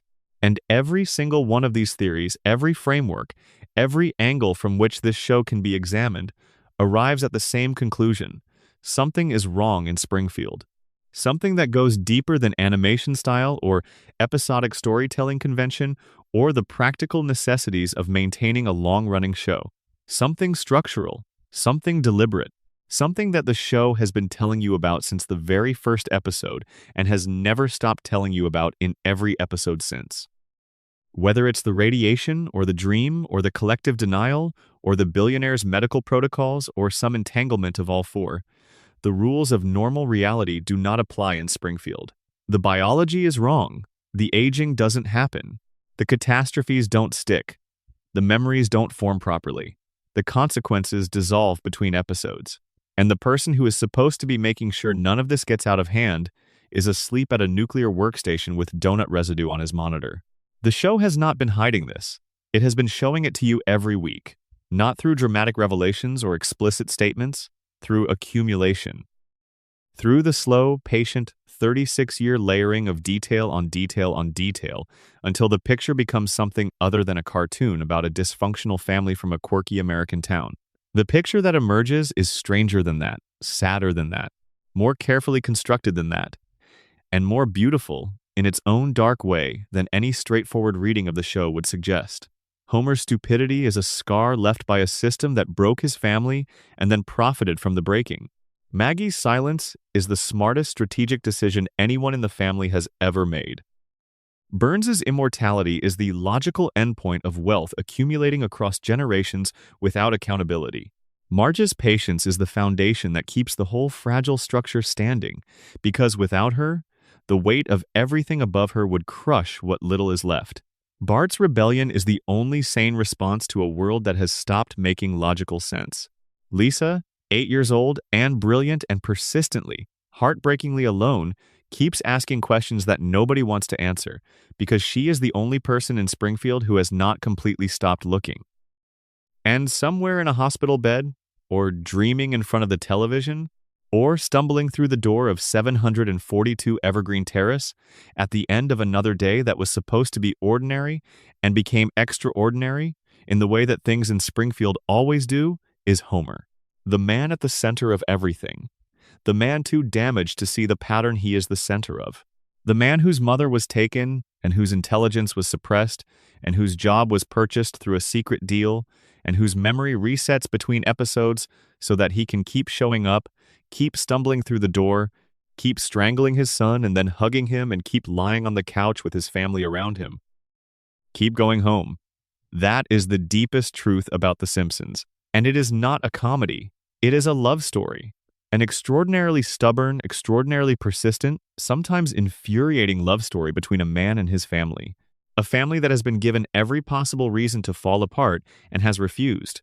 That has survived nuclear incidents and shootings in federal quarantine domes, and the discovery that their principal was an imposter, and the revelation that their employer destroyed their grandmother's life. That has survived Homer's catastrophic incompetence and Bart's determination to cause maximum chaos and Lisa's unrelenting moral pressure and Maggie's improbable genius and Marge's quiet, comprehensive, load-bearing patience. They keep surviving. They keep coming back to the couch. They keep watching the television inside the television. They keep being the family that the show needs them to be and that we need them to be.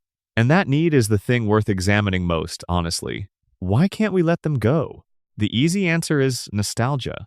The Simpsons has been part of so many people's lives for so long that it is associated with specific memories and specific times and specific places.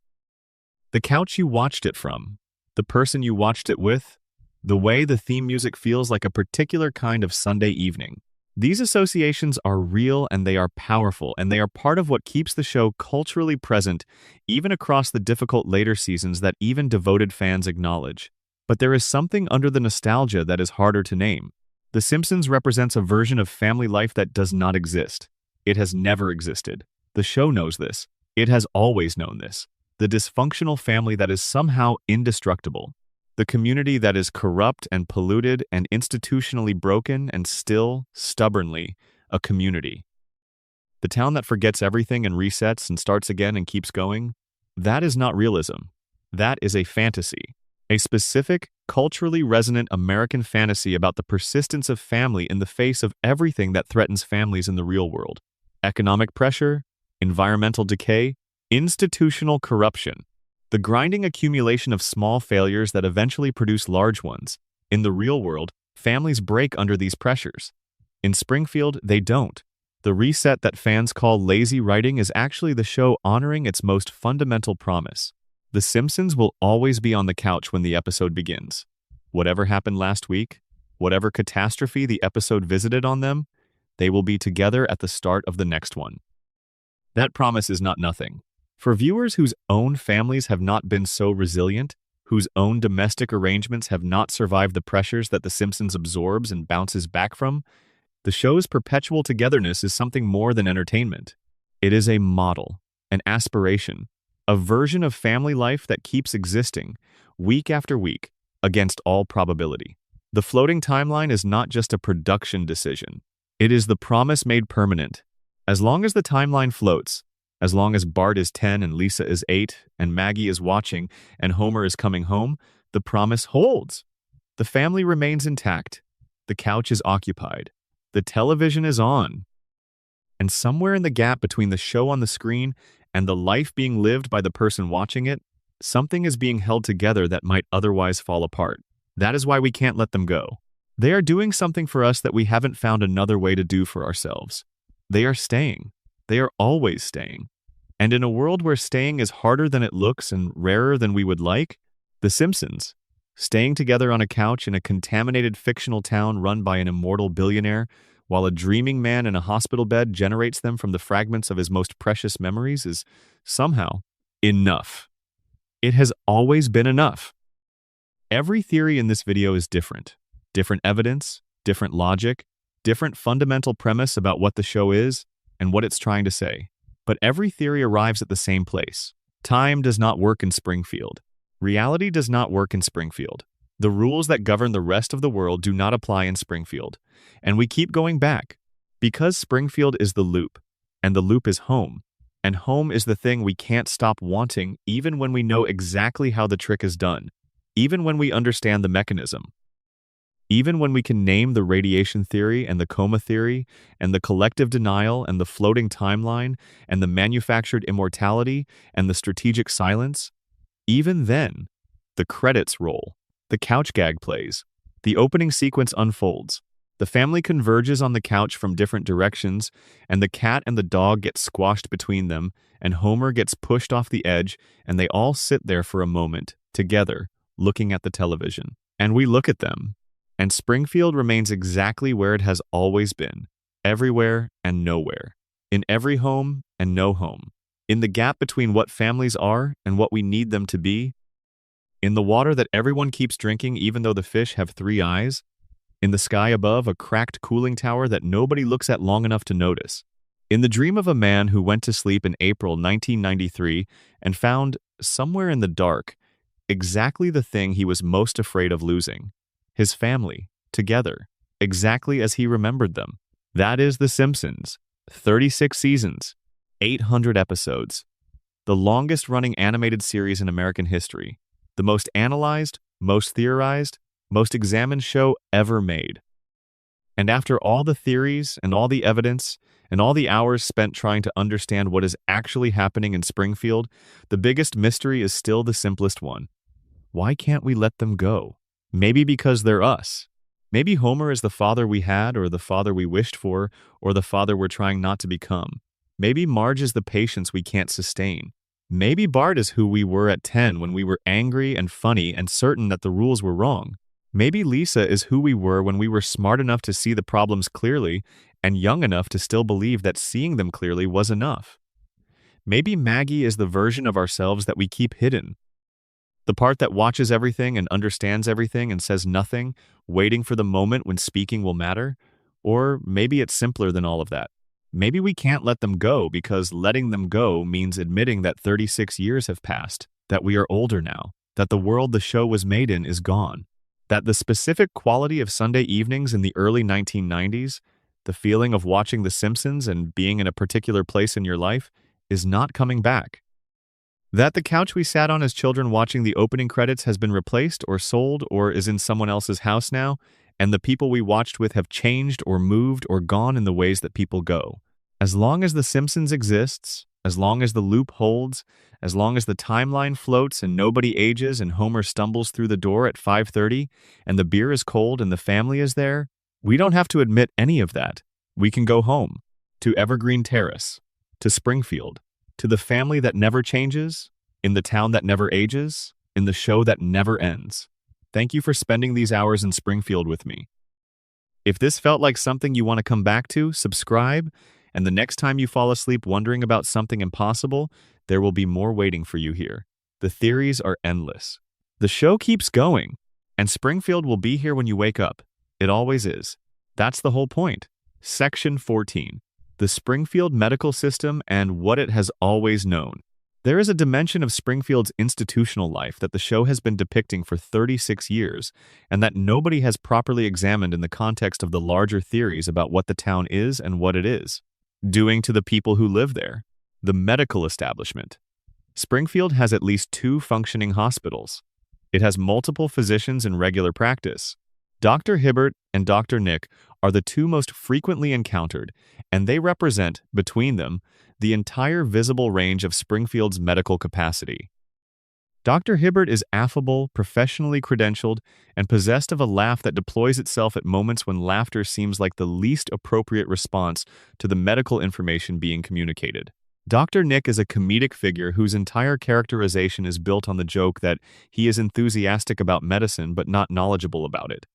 These are the 2 faces of healthcare in Springfield. One who cannot stop laughing at bad news and one who does not know enough to know what constitutes bad news. In isolation, this reads as satire of the medical system, which is a legitimate and well-established comic tradition. Doctors who don't know what they're doing, institutions that project authority without delivering competence, the specific anxiety of placing your health in the hands of someone whose qualifications you cannot adequately assess. All of this is real, and all of it is fair game for satire. But in the context of everything else we have established about Springfield, the medical system's specific failures take on a different character.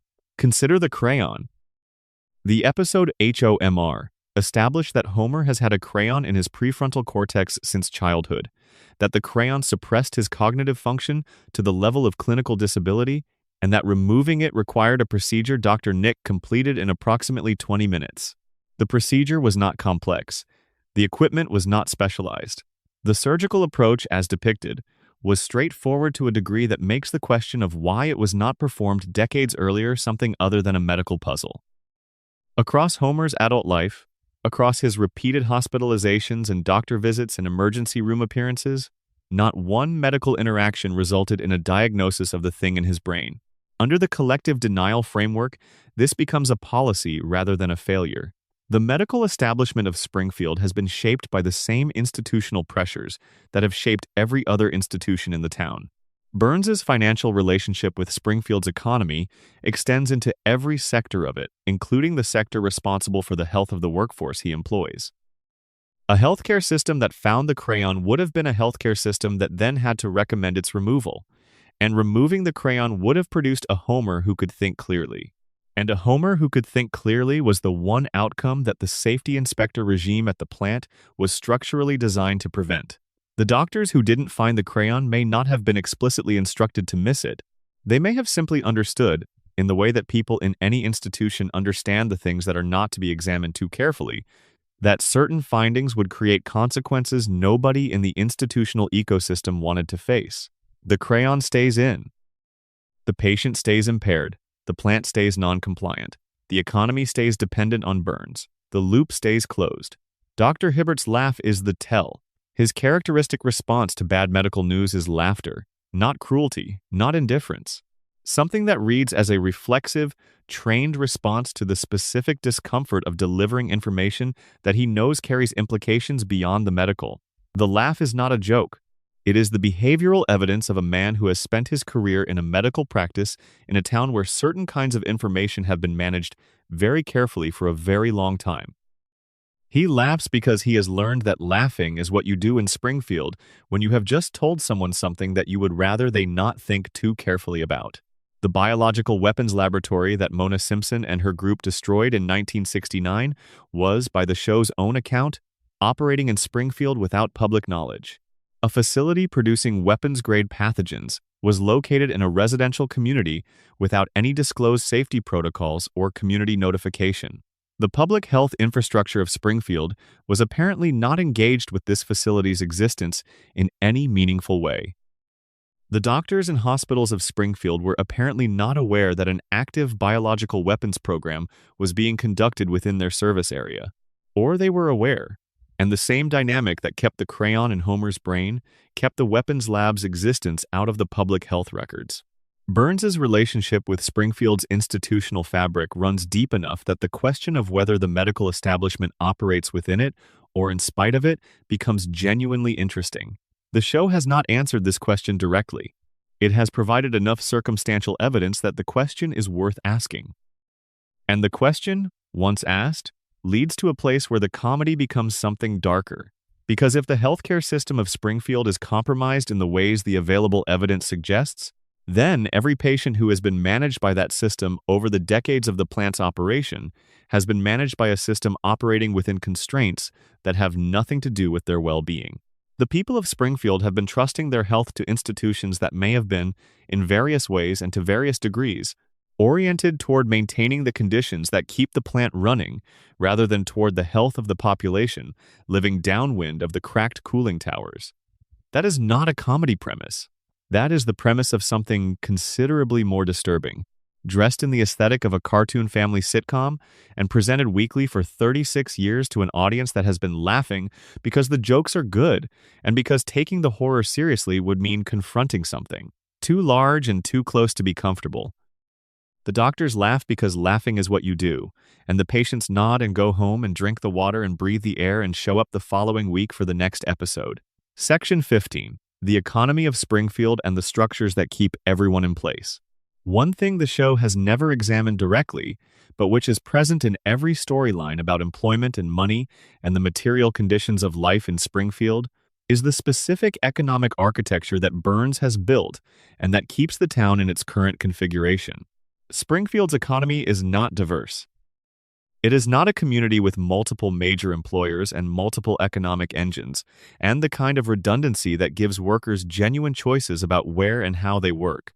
It is a company town in the specific and historically recognizable sense of a community whose economic life is organized around a single dominant enterprise in a way that gives the enterprise's owner structural power over every other aspect of the community. The nuclear power plant is the primary employer. It is the primary generator of the town's electrical infrastructure. It is the source of the economic activity that sustains the smaller businesses that depend on the spending of plant employees. Moe's Tavern exists because plant workers drink there after their shifts. The Quick E-Mart exists because plant workers stop there on their way to and from work. The residential neighborhoods of Springfield exist at the specific scale and density they do because the plant's workforce created the demand for housing. Remove the plant, and Springfield's economy does not simply contract, it collapses. The businesses that serve the plant's workforce have no independent source of demand. The housing market has no independent source of buyers. The tax base has no independent source of revenue. The entire material infrastructure of the town's civic life, the schools and hospitals and roads and parks and public institutions, depends on the tax revenue generated by the plant and by the economic activity it sustains. Burns knows this. He has always known this. The monopoly he holds over Springfield's economic life is not incidental to his operation of the plant. It is the mechanism by which he ensures that the plant will never be challenged effectively from within the community it is harming. If the workers at the plant demanded remediation of the safety violations, Burns could threaten closure. Closure would mean the destruction of the economic foundation of the entire town. The workers, who depend on the plant's paycheck, who live in houses that were bought with the plant's paycheck, whose children go to schools funded in part by the tax revenue the plant generates, cannot afford to push Burns to the point of closure. The threat is implicit and does not need to be stated explicitly to be effective. The economic dependence is the cage. Burns did not build it as a cage, exactly. He built it because building the plant and making it the center of Springfield's economic life was the natural consequence of being the kind of person Burns is, operating in the kind of community Springfield is, at the historical moment when the plant was established. But the cage functions as a cage regardless of whether it was designed as one, and this is the context in which Homer's continued employment makes its deepest sense. Homer's job at the plant is not just about the deal between Burns and Abe, though that deal is part of the structure. Homer's job is about what Homer's employment represents in the broader economic context. Homer is the plant's most visible employee. He is the face of the workforce. He is, in whatever informal way these things get communicated in a community, the example of what a plant worker looks like.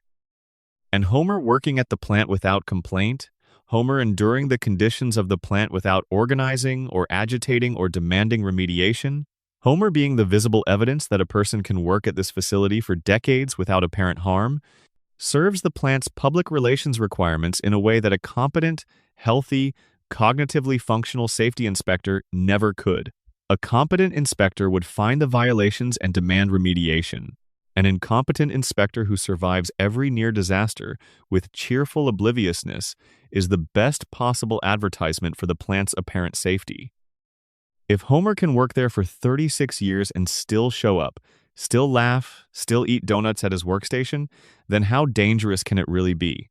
The cognitive damage from the crayon and the radiation is doing double work here. It keeps Homer from noticing the violations, which is its primary function for the plant's continued operation. But it also serves as a kind of walking advertisement. The man with the brain injury and the radiation exposure, who nevertheless appears to be basically fine, in a way that reads as fine because the damage is invisible, and the comparison baseline is the rest of Springfield, which is also damaged. Homer's apparent survival is the evidence Burns points to implicitly when anyone questions the plant's safety record. Look at my inspector. He has worked here for decades.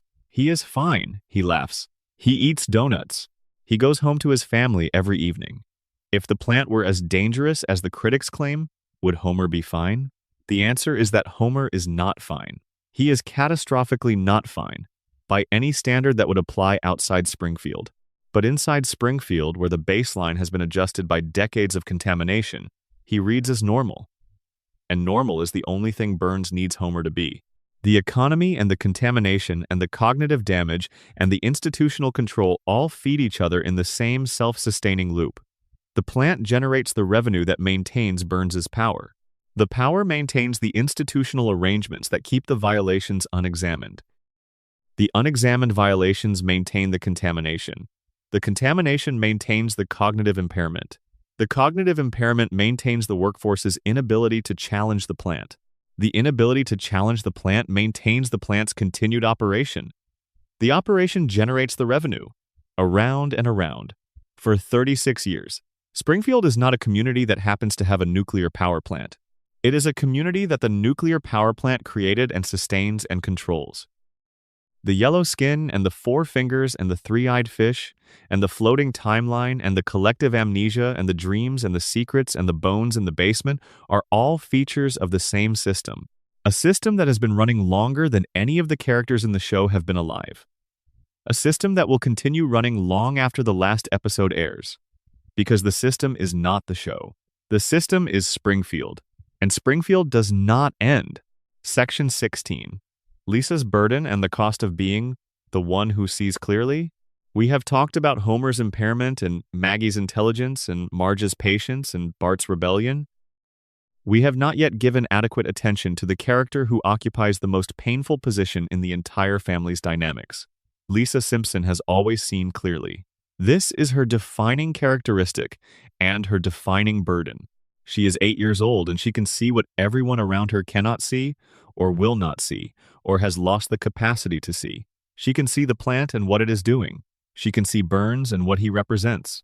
She can see the collective amnesia and the reset and the institutional corruption. She can see her father's suffering and understand it with a precision that Homer himself cannot access. She can see Bart's dysfunction and trace its origins to the specific conditions of their shared environment. And she cannot make anyone else see any of it.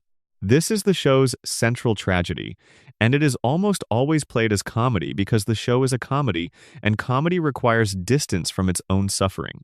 But take the comedy away, just for a moment, and look at what is actually happening to Lisa Simpson across 36 seasons of episodes. She is 8 years old, and she has been 8 years old for 36 years, and she has spent that entire time in the position of the one person who can see the pattern clearly surrounded by people who cannot see it at all, or who have made peace with not seeing it, or who have constructed elaborate psychological and institutional frameworks for continuing not to see it. The show has given Lisa windows into her possible future, most notably in the Lisa's wedding episode where she is depicted as a 23-year-old navigating a relationship and a career, and the specific complications of being a person who grew up in Springfield and left. The future Lisa is recognizably the same person as the present Lisa. The clarity that makes her 8-year-old self isolated and exhausted is still present at 23, just expressed in different contexts. She has not grown out of seeing things clearly. She has grown into contexts where seeing things clearly creates a different but equally recognizable set of complications. But that future is sealed. The episode ends and Lisa returns to 8. The window closes. And she is back in Springfield, in the house on Evergreen Terrace, in the yellow community downstream of the cracked cooling towers, being the only person in her immediate environment who fully understands what the environment is. The radiation theory gives Lisa's clarity a specific explanation. If the contamination that reduced Homer's cognitive function has produced in Maggie an extraordinary amplification of intelligence, then Lisa occupies a middle position on the same distribution.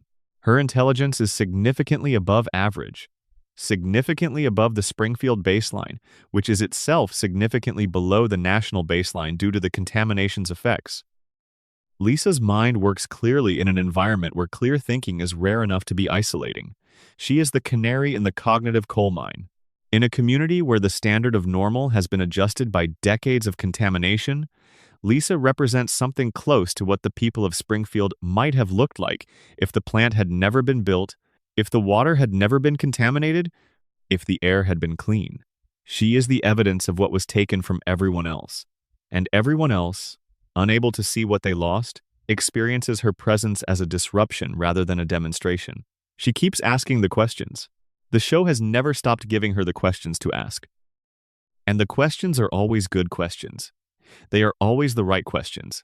And they are always in Springfield questions that nobody wants to answer, because answering them would start a chain reaction that leads back to the plant, and the plant leads back to Burns, and Burns leads back to 100 years of manufactured compliance and contaminated water and skeletons in the basement and deals between grandfathers and billionaires and mothers who kissed their children goodbye while they were sleeping and walked into the night, Lisa keeps asking. And Springfield keeps not answering. And she is 8 years old, and she has been 8 years old for 36 years. And she is still there, every episode still asking. That is the saddest thing The Simpsons has ever depicted. Not Homer's impairment, not Ned's invisible grief, not Mona's exile. Those are all terrible, and they are all real within the show's universe. But Lisa, seeing everything, understanding everything, and being unable to make any of it matter, being 8 years old forever, in a town that has made her irrelevant structural, that is the thing that does not resolve. That is the thing the show has been carrying for 36 years without finding the language to say directly. She sees the truth. And the truth, in Springfield, is the one thing that cannot be heard. Section 17. The couch gag and the nature of the loop. Every episode of The Simpsons begins the same way. The title sequence. The clouds parting over Springfield. The pan through the town, passing the nuclear plant, passing the elementary school, passing the quick E-Mart. Homer at work with a piece of nuclear material he drops on the way out. Bart at the chalkboard, writing some variation of a punitive sentence. Lisa playing her saxophone, a melody that gets cut off by the bell. Marge and Maggie at the grocery checkout. The family racing home, converging from different directions on 742 Evergreen Terrace. And the couch. They all arrive at the couch at the same time and sit down to watch television. This moment, the family assembling on the couch, has been the concluding image of the title sequence for 36 seasons. And the specific version of it varies, sometimes wildly, sometimes elaborately, sometimes as a simple sight gag, sometimes as an extended animation sequence that takes longer than the episode itself. But the structure is always the same. The family arrives, they sit, the show begins.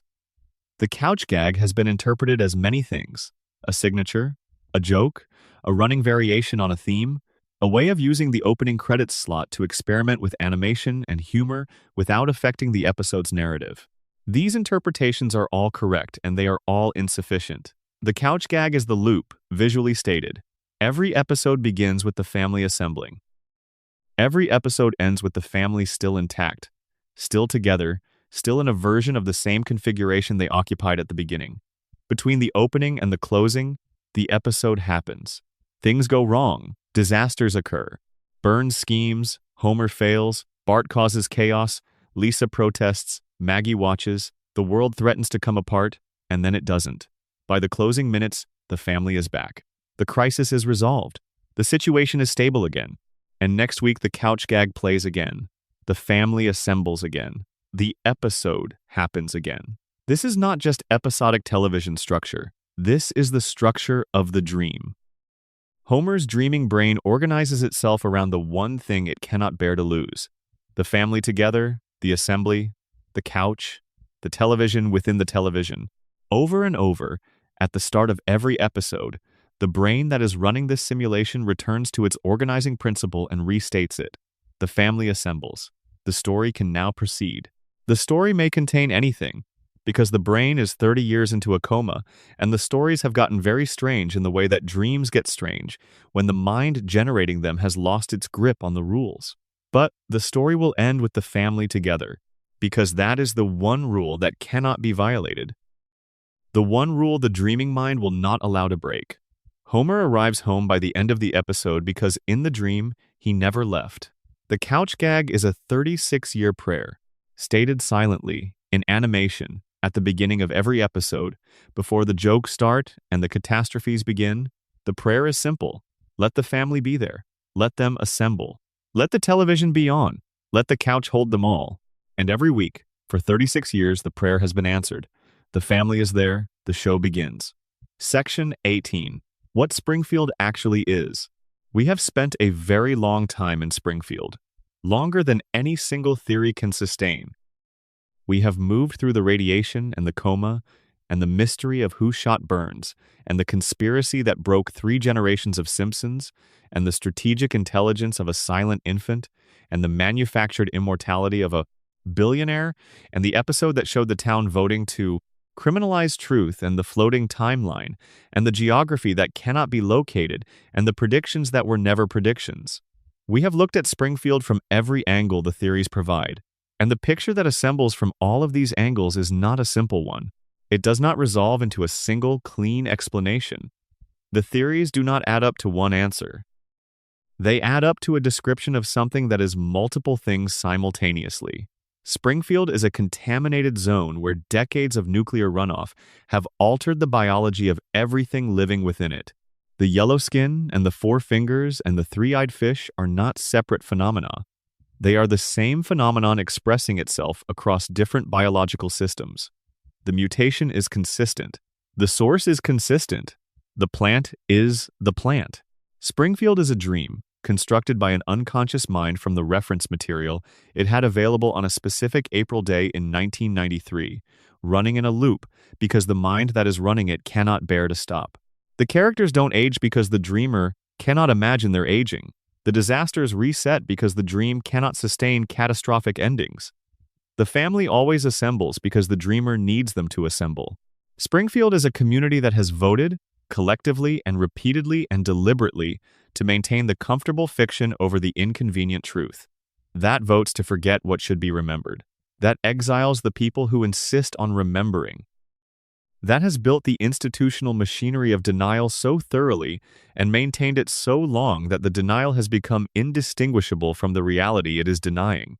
Springfield is the company town of a billionaire who has been alive for over a century through artificial means and who has organized every institution of the community around the continuation of his own survival and the protection of his own interests at the cost of the population's biology and cognitive function and future. Springfield is every American town.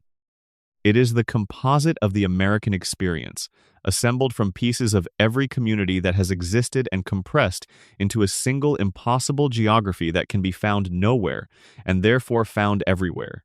Springfield is a love story about a man who went to sleep and dreamed of his family because they were the thing he most loved and most feared losing, and whose dreaming mind gave him what his waking life was about to take away. The family perpetually young, the house perpetually home, the couch perpetually occupied. All of these things are true simultaneously. The show contains all of them. It has been containing all of them for 36 seasons, offering them to audiences who watch with different levels of attention and different interpretive frameworks and different tolerances for the darkness that lives underneath the comedy. The audience that watches for the jokes gets the jokes. The audience that watches for the theories gets the theories.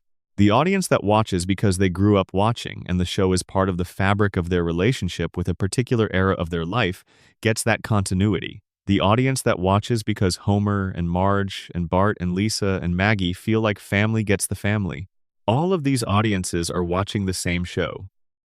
All of these experiences are valid responses to what the show is.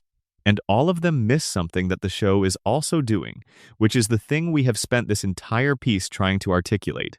The show is telling you something is wrong. It has been telling you something is wrong since the 17th of December, 1989, not through dramatic revelation or explicit statement. Through the accumulated weight of yellow skin and 4 fingers and 3-eyed fish and cracked cooling towers and skeletons in basements and comas and conspiracies and votes to criminalize truth. Through the presence, in every episode, of the thing that nobody in Springfield will ever say out loud, but that the show has always been saying through everything else. Something is wrong here. Something fundamental. Something structural. Something that goes deeper than any individual mystery or any individual theory or any single explanation. Something that is bigger than Burns and bigger than the plant and bigger than the radiation and bigger than the dream. The thing that is wrong is that the people of Springfield deserve better than this, and they are not getting it, and they are not able to demand it. And the system that prevents them from demanding it is the same system that created the conditions from which they deserve protection. And the show has been depicting this for 36 years.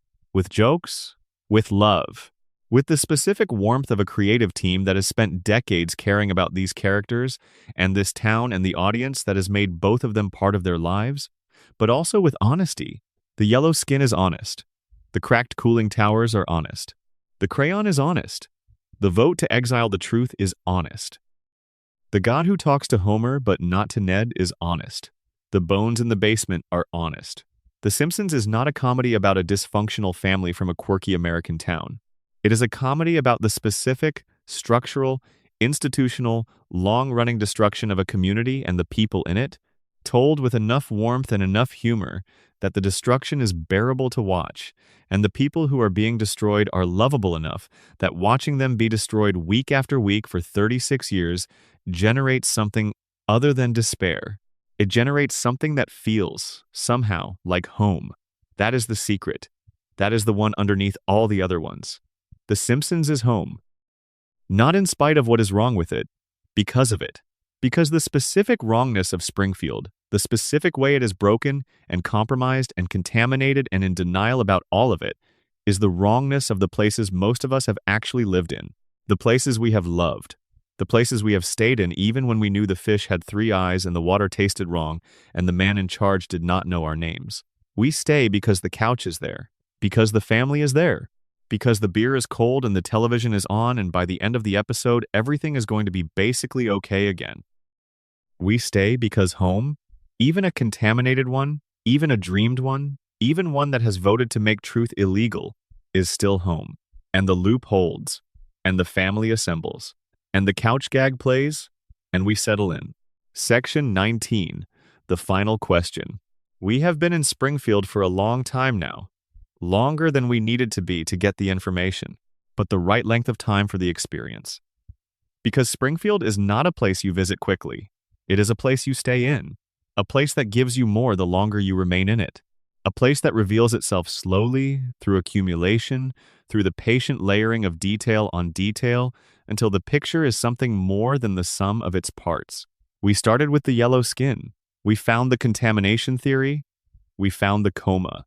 We found the mystery of Burns's impossible age, and the darker mystery of who fired the gun in the parking lot. We found Mona in exile and the deal Abe made and the 3 generations of damage that followed from a single act of spite. We found Maggie watching everything and saying nothing. We found the town voting to exile its own truth. We found the floating timeline and the geographic impossibility and the predictions that were never predictions. And we found, underneath all of them, the same thing. The family on the couch, Homer stumbling through the door, Marge holding things together, Bart causing chaos because chaos is the only response that feels proportionate to the world as he understands it. Lisa asking questions that nobody answers. Maggie watching. That image is the answer, not to any of the specific mysteries. Those remain open and will remain open because the show will not confirm the theories, and the theories do not require confirmation to be true in the way that theories about a fictional universe can be true. The image is the answer to the question that none of the theories quite manage to ask. Why does any of this matter? It matters because the family on the couch is the thing we keep coming back to. Through 36 years of radiation theories and coma theories and shooting mysteries and immortal billionaires and collective amnesia and floating timelines, through all of it, through every season that the most devoted fans admit is not as good as the early ones, through every criticism and every disappointment and every episode that made even the most loyal viewers wonder whether it was time to stop, we keep coming back to the couch. Because something about the couch, something about the assembly of this specific, broken, yellow-skinned, 4-fingered, occasionally radiation-poisoned, possibly dreamed family on this specific piece of furniture, in this specific house, in this specific impossible town, feels like something we cannot replace. Homer is there, Marge is there. Bart is there, still 10. Lisa is there, still 8. Maggie is there, still watching, still silent, still running whatever calculation she has been running for 36 years. They are together, and something in us, something in the part of us that the show has been speaking to since the 17th of December, 1989, breathes out when they sit down. They are together. The loop holds. The family is intact. Whatever is wrong with Springfield, and we have now spent considerable time enumerating what is wrong with Springfield, the family is intact. And that finally is the secret that all the other secrets have been protecting. Not the radiation, not the coma, not the shooting or the conspiracy or the immortality or the geography or the predictions. The family. The family is the point. It has always been the point.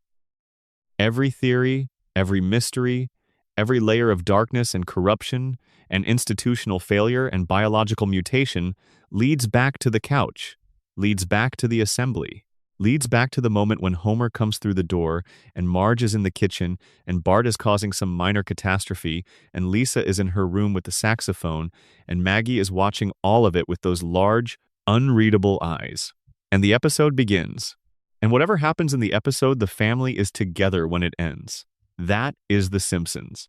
That has always been The Simpsons. 36 seasons, 800 episodes, the longest-running animated series in the history of American television, and the secret was never really a secret. The family, together, on the couch, watching the television within the television, while we watch from outside, together too. Good night, Springfield. Section 20. Homer and Burns. A relationship 36 years in the making. The central relationship of The Simpsons is not Homer and Marge. It is not Homer and Bart. It is not even Homer and God. Though that relationship has produced some of the show's most interesting material, the central relationship of The Simpsons is Homer and Burns. And it has never been examined as a relationship because the show presents it not as a relationship but as a power dynamic so completely imbalanced that the question of whether it qualifies as a relationship at all is genuinely uncertain. Burns does not know Homer's name. This has been a running element of the show since the earliest seasons. Homer has worked for Burns for his entire adult life. He has appeared in Burns' office, interacted with Burns in various contexts, been fired and rehired and praised and punished and ignored by Burns across dozens of episodes. And Burns, throughout all of it, has never reliably retained the information of who Homer is. He has called him countless names that are not Homer. He has referred to him as the oafish fellow in Sector 7G without apparent awareness that the oafish fellow in Sector 7G has feelings about being referred to as the oafish fellow in Sector 7G. He has forgotten Homer's existence between interactions with a thoroughness that suggests Homer simply does not rise to the threshold of Burns's cognitive attention. This has been played, consistently, as a joke about Burns's arrogance and cognitive eccentricity. The rich man who cannot be bothered to remember the names of his employees. The powerful man whose contempt for the ordinary is so complete that ordinary people leave no impression on his memory. But in the context of the full theory architecture we have been building, the name forgetting carries different weight. Burns remembers things. He remembers things at a level that should be impossible for someone his age, if his age is measured in the decades the show suggests. He remembers complex business arrangements from decades past. He remembers specific historical events from his early life with the vividness of recent experience. He remembers the faces of people who wronged him, including Mona Simpson, whom he spotted through a cab window and identified correctly after a gap of many years. His memory, in the specific areas where Burns's interests are engaged, is extraordinary.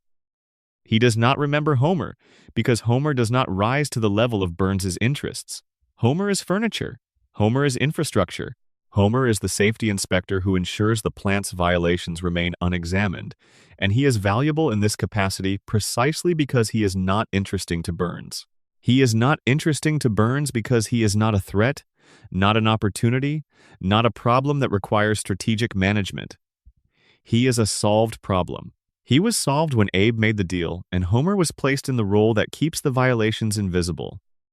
From Burns's perspective, Homer is a component of a system that is working as designed, and working components do not require attention.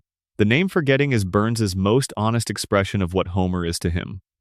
Not a person, a function, and functions do not require names.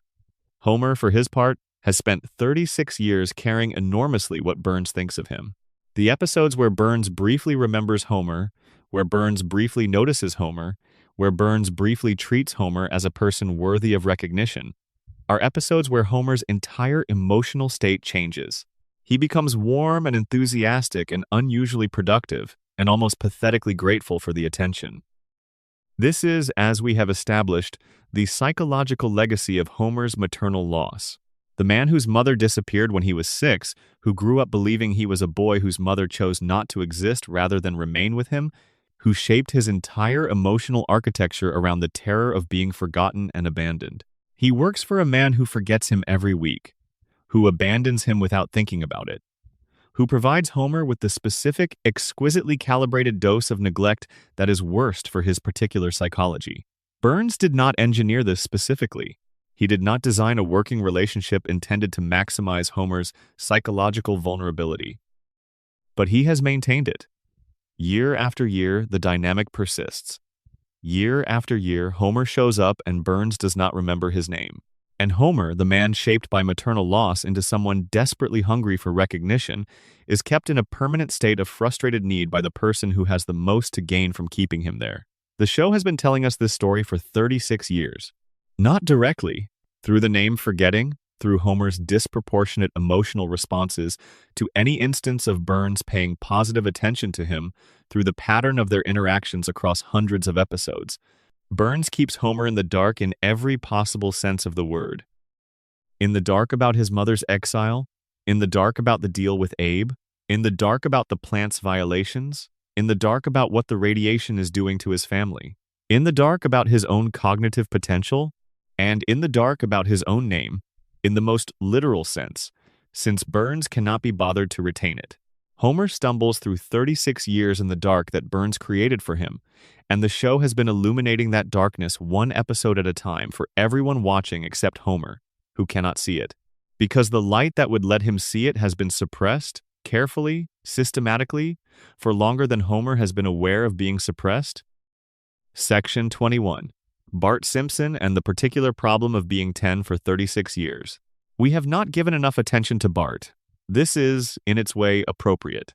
Bart is the character who demands less attention, not because he is less important, but because he has configured himself to receive less of the kind of analytical attention the other characters invite. Bart is funny. Bart is loud. Bart is the one who does the things and causes the chaos and provides the episodes with their comic engine. But Bart is also, if you look carefully, one of the most specifically damaged characters in the show's universe. He is 10 years old and has been 10 years old for 36 years. In the show's universe, this is simply his age, maintained by the floating timeline. In the coma theory, this is the age Homer's dreaming brain has access to. In the radiation theory, this is the age at which Bart's biology has been suspended by the contamination's effects. But there is another reading of Bart's perpetual 10-year-oldness that the show has never directly articulated, and that deserves space here. Bart is perpetually 10 because the kind of rebellion that Bart embodies, the specific quality of chaos and disruption and rejection of institutional authority that defines his character, is the rebellion of someone who has not yet had the mechanisms of compliance installed. Most people, by the time they reach adulthood, have been brought into sufficient alignment with the institutions around them that their rebellion becomes internal or sublimated or expressed through channels that do not actually threaten the institutional order. They become people who are frustrated with the system but participate in it, who see its problems but work within it, who rebel symbolically and then show up for work on Monday. Bart at 10 has not had this installed yet. He has not been brought into compliance. He still believes, with the specific confidence of someone who has not yet had that confidence systematically removed, that the rules are wrong and the institutions are corrupt, and the appropriate response to being told to do something by someone with authority is to question the authority rather than perform the task. He is right. About Springfield's institutions, he is exactly right. The school that punishes him is the same school that had its funding stolen by Burns. The police department that occasionally arrests him is staffed by people who cannot solve actual crimes. The adult authorities who expect his compliance are themselves operating within a system that is managing them as surely as it manages Homer. Bart's rebellion is the appropriate response to Springfield. The problem is that Springfield is structured to eventually wear that rebellion down. The school is designed to produce compliant workers for the plant and for other enterprises like the plant. The institutions are designed to make people like Bart into people who eventually say uncle and show up and participate and stop asking whether the rules make sense. And the show cannot let that happen to Bart. He has to stay 10. He has to stay rebellious. He has to keep being the person who calls Moe's Tavern looking for Amanda Hug-and-Kiss and puts a cherry bomb in the school toilet and drives a motorcycle over a canyon and says everything that comes into his head without the filter. That institutional compliance installs in adults. Because if Bart grows up, he either becomes someone who has been processed by the same system that processed Homer, which is a tragedy, or he leaves Springfield, which means the show loses its central engine of chaos. The floating timeline keeps Bart at 10, not only for practical reasons, but because at 10, Bart is still in possession of something that Springfield is in the business of removing from people. The belief that the rules are wrong and the people with authority are not automatically right and the situation as it currently exists is not the only way the situation could be. That is the belief the show needs Bart to carry for 36 years, without ever growing up enough to have it trained out of him. He is the show's protest. Constant, loud, fundamentally optimistic in the way of people who have not yet learned that protest rarely produces the outcomes that seem obvious from the outside. 10 forever. And the show, which knows what happens to people who grow up in Springfield, has decided that this is the mercy it can offer him. Keep him 10. Keep him rebellious. Keep him before the compliance. Section 22. The show that doesn't end. And the people who keep watching it. Something happens when a television show runs long enough. Something that happens to no other creative form in quite the same way. The show becomes part of the audience's life, not as a memory or a cultural reference or a thing they experienced at a particular time and carry with them. Part of their ongoing life. Something that is still happening, still present, still generating new material at the same time as the older material is still accessible. Most creative works end. Books end, films end, songs end, in the sense that they have a final note. Even long-running television shows eventually conclude, and after they conclude, they become historical objects, things that existed and now exist only as recordings and memories. The Simpsons has not ended. It began in December 1989, and it is still in production in 2025, and the characters have not aged, and the couch is the same couch, and the yellow skin is the same yellow skin. And every year the show continues is another year that the specific thing The Simpsons is, the ongoing relationship between a fictional family and a global audience that has been sustained across 3 decades, extends itself into the future. This is unprecedented in American television. Possibly in any television anywhere. No other show has sustained the specific qualities that make The Simpsons what it is across the length of time that The Simpsons has sustained them. The characters are recognizable. The format is intact. The couch gag still plays. The theme music still opens. Homer still says the thing when he makes a mistake. Bart still is who Bart is. The people who were children when the show began are now adults with children of their own who are watching the same show their parents watched. The show has spanned generations of a single audience. It has been present in people's lives at multiple stages. Watched with parents and then watched alone, and then watched with partners and then watched with children. There is no precedent for this. The Simpsons is the first creative work in the history of the medium to occupy this specific territory. The ongoing, never-concluding, perpetually available creative work that has been part of the lives of people through enough of their lives to have been present for multiple distinct phases. And the show's central argument, the thing it has been saying from the first episode, is that the family stays together, that the family assembles. That whatever goes wrong in the episode, the family is intact when it ends. This argument, repeated weekly for 36 years, across multiple generations of the same audience, is an argument about something beyond the Simpson family specifically. It is an argument about the possibility of continuity, about the possibility that some things remain, about the possibility that the couch is still there, and the television is on, and the people you love are still assembled around you, even after everything the world has done to you and to them and to the structure that holds you all together. That is why the show cannot end. Not for contractual reasons. Not for commercial reasons. It cannot end, because ending would mean the argument stops being made. The repetition would stop. The weekly restatement of the family's continuing existence would conclude. And for the audience that has been receiving that statement for 36 years, the cessation would be a different kind of ending than the conclusion of any previous creative work. It would be the end of the ongoing relationship with the family on the couch. And that is a loss that the audience, which has sustained the show for long enough that the show sustaining the audience has become part of the arrangement, is not ready to face. So the show continues, and the family assembles, and Springfield keeps leaking into the water table, and Homer keeps not knowing his employer's name, and Bart keeps being 10. And Lisa keeps asking the questions that nobody answers, and Maggie keeps watching, and we keep watching with her. From the outside, from wherever we are in the world at whatever time this is playing, from whatever couch or bed or chair this is reaching us on, together with Springfield, together with the family on the couch, together in the watching, that is the loop. That is our loop, not theirs.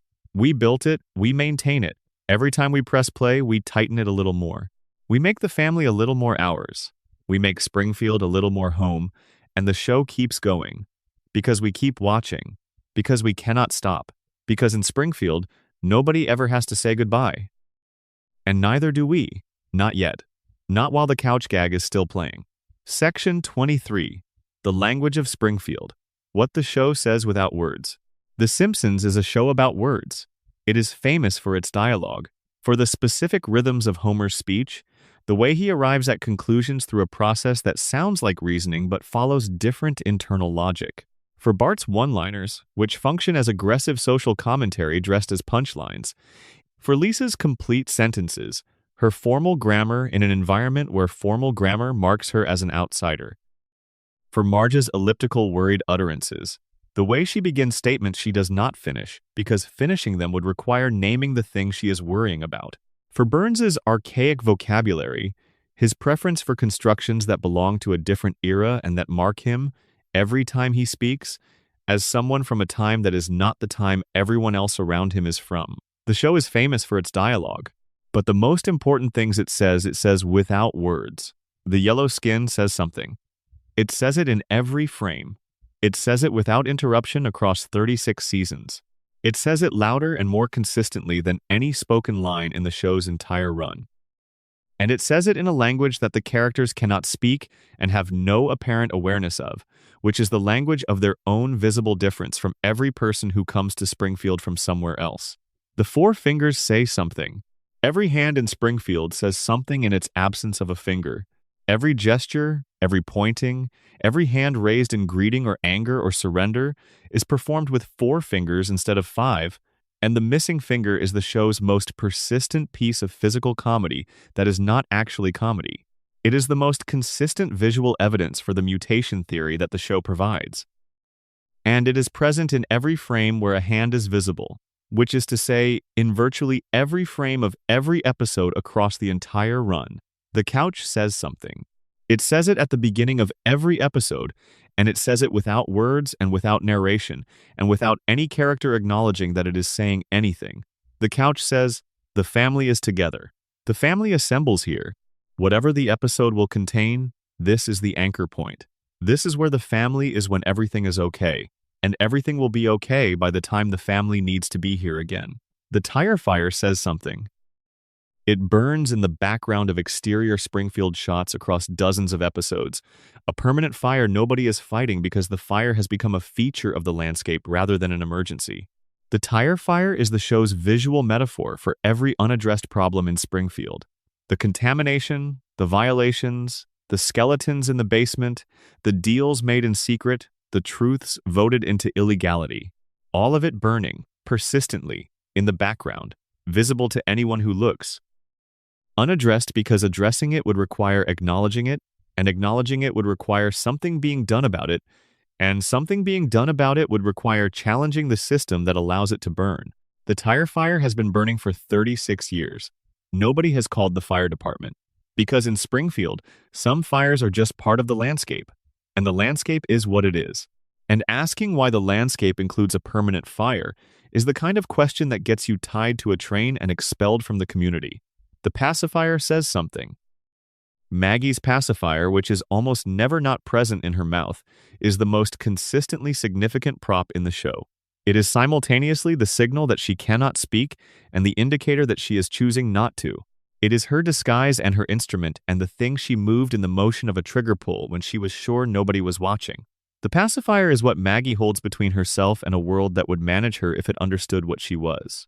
It is the performance of ordinariness that keeps her extraordinary. It is the choice of silence as strategy, rendered in rubber and kept in place by the deliberate effort of someone who has decided that the silence is worth sustaining. The pacifier says everything by saying nothing. The nuclear plant cooling towers say something. They appear in the background of Springfield exterior shots, the way the plant appears in the background of the town's economic and social life. Always present, always slightly off. The steam from the towers, visible in many shots, is the visual equivalent of the contamination in the water. Present, ignored. Part of the background that the foreground activity happens against. The towers are cracked. The show has established this as fact. The cracks have been sealed with chewing gum, which is a detail that the show offers as a joke about Burns's negligence, and that is also a precise and accurate metaphor for every institutional failure the show has depicted. The cracks are there. The gum is there. The steam is rising. And the town has decided not to look directly at any of it for long enough that it has stopped being something you have to decide not to look at and simply become the background. The show says these things in every frame, in every shot that includes a background element, in every establishing image of Springfield from above, where the plant dominates the skyline and the tire fire burns in the middle distance and the yellow people go about their business below. The show says these things in the language of visual information, which is a language the characters cannot hear because they are inside the image rather than looking at it from outside. We are outside the image. We are the only ones in a position to read what it is saying. And what it is saying, in every frame, consistently, without interruption, for 36 years, is something we have been sitting with for this entire piece. Something is wrong here. Something has been wrong here for a very long time. And the people inside the image cannot tell you about it because they cannot see it. But the image can. And it has been telling you since the very beginning. Section 24. Every theory points to the same place. We have been building an argument for a very long time. Not a single argument. Multiple arguments. Multiple theories, each with their own evidence, their own logic, their own explanatory framework. Each arriving at a picture of Springfield that is different in its specific details but similar in its essential character. The radiation theory says Springfield is a contaminated zone where the biological rules of normal human life have been altered by decades of industrial negligence. The yellow skin and the mutations and the impaired cognition and the extraordinary resilience are all products of the same contamination. The plant is the cause, Burns is the architect of the cause, and the population is the consequence. The coma theory says Springfield is a dream, generated by the mind of a man who went unconscious in April 1993 and has not woken since. The characters don't age because the dreamer cannot produce aging he never witnessed. The disasters reset because the dreaming mind organizes itself around the one thing it cannot allow to fail permanently. The family stays together because the dreamer needs them to stay together, and the dream is the one place where his need can be satisfied without limitation. The institutional corruption theory says Springfield is a company town organized around the survival and prosperity of a single man, who has spent over a century ensuring that every institution, every person, every mechanism of accountability in the community operates within the constraints he has set. The medical establishment, the police, the political system, the economy, the memory of the town itself, all of them have been shaped by Burns's influence into configurations that serve his interests and prevent anyone from effectively challenging the conditions he has created. The collective denial theory says Springfield is a community that has chosen repeatedly, deliberately, with full institutional backing to maintain comfortable lies over uncomfortable truths. The vote to exile Skinner's truth. The convenient amnesia about the dome, the decision not to test the water after the three-eyed fish, the maintenance of Homer's cognitive impairment across decades of medical contact.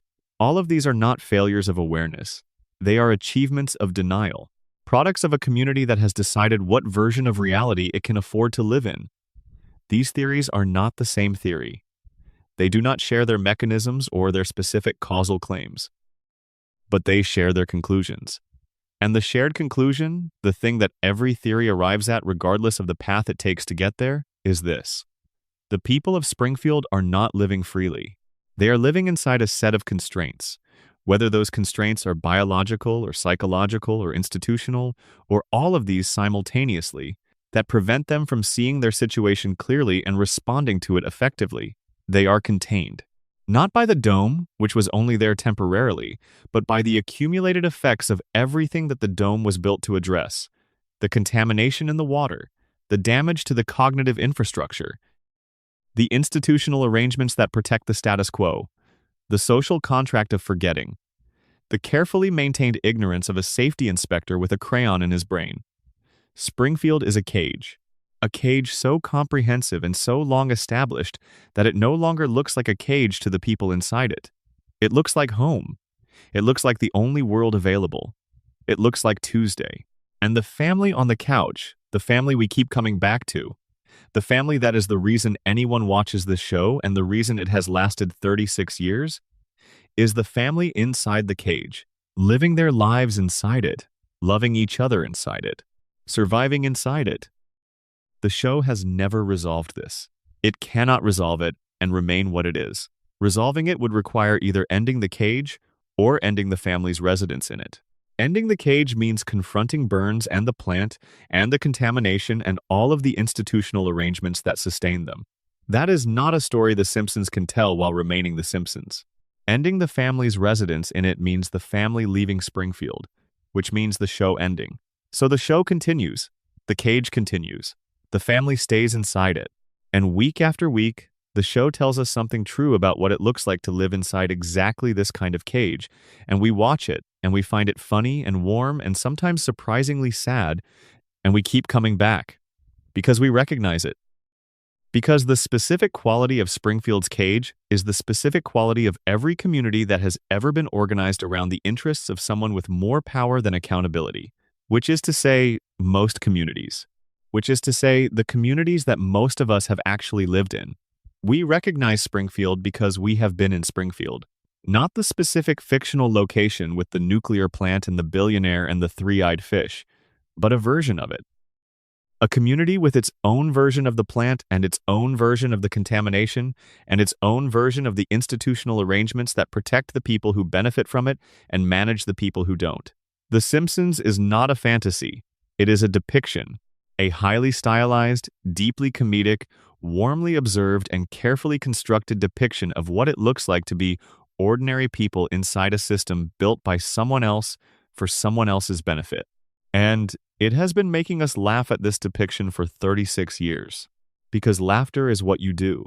And the family stays together, and the couch remains, and the tire fire keeps burning in the background.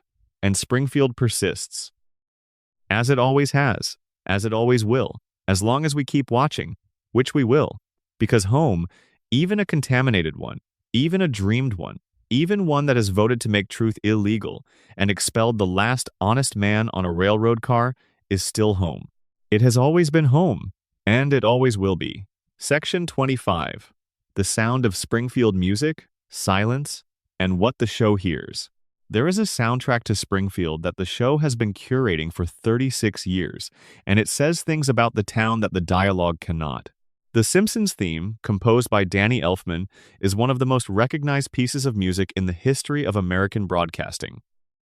It begins in the clouds above Springfield, moves through the town, traces the family's separate paths from their respective daytime locations back to the house on Evergreen Terrace, and concludes with the couch. The music through all of this is playful and slightly manic, with a quality that is simultaneously warm and unsettling. It sounds like home and also slightly like something is about to go wrong.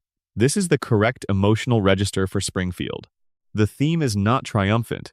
It is not nostalgic in the way that many long-running show themes become nostalgic. It is kinetic, slightly anxious. The music of a family in motion, each member moving through their own part of the day, and the specific relief of convergence when the motion ends and they are all in the same place. Every week for 36 years, this music has announced that Springfield is about to begin. And every week, For 36 years, the audience has responded to it with something that is not quite nostalgia and not quite anticipation. Something in between. A Pavlovian warmth that the music has generated through sheer repetition across a lifetime of weekly encounters. But then there is the sound that is not there. Lisa's saxophone. Lisa plays saxophone throughout the opening sequence and throughout the show. Her playing appears as a character element, something that expresses who she is when she is not being required to be who the situation demands. She plays when she is happy and when she is sad and when she is processing something she cannot say in words. The saxophone is her voice in the register below language. And in the opening sequence, she is cut off. She plays and the bell rings and she has to stop, and the note she was in the middle of hangs unresolved in the sequence because she was not allowed to finish it. Every episode begins with Lisa's music getting interrupted, with something she was in the middle of expressing getting cut off by an external imposition she had no input into. This is the structure of Lisa's entire existence in Springfield, rendered in musical form in a sequence that lasts about 90 seconds, and that every regular viewer of the show has seen hundreds of times without necessarily registering what it is doing. Lisa is always in the middle of something important, and she is always interrupted by something institutional. The school bell, the classroom rules, the family's needs, the community's indifference, the system's requirements. She is perpetually mid-note and perpetually interrupted, and the opening sequence has been telling you this from the very beginning. And then there is Maggie. Maggie does not have a musical theme. She does not have a motif. She does not have an associated sound in the show's audio vocabulary. She simply appears in the checkout line, in the opening sequence, and the scanner beeps when she is processed over the register, the same sound that registers a grocery item, and the number that comes up on the checkout screen is one of the sequence's long-running sight gags. But here is what the beep says. The beep is the sound of Maggie being processed by a system that has not categorized her correctly. She is being scanned as something ordinary, a unit to be priced and passed along. And the beep, the impersonal confirmation of the scan, is the sound of the system's complete failure to understand what it is actually dealing with. The system hears Maggie and thinks, scanned item, a unit processed, continue. And Maggie, who has just been demonstrably demonstrated to be something the system cannot account for, moves along without comment. The opening sequence is the whole show in 2 minutes. The family in motion, the convergence, the couch, the music that is warm and slightly anxious, the note that gets cut off, the beep that misidentifies what it is scanning. And then the episode begins. And Springfield does what Springfield does, and by the end the family is together and the music returns and the credits roll. And next week it starts again. The same music, the same motion, the same note, cut off, the same beep, the same couch, the same Springfield. 36 years and the opening is still the opening. The music is still the music. The family still assembles. The loop plays on. Section 26. What we carry when we leave Springfield. When you finish watching this, when you close the tab or turn off the television, or let the next video autoplay to something else, you will carry something with you from Springfield.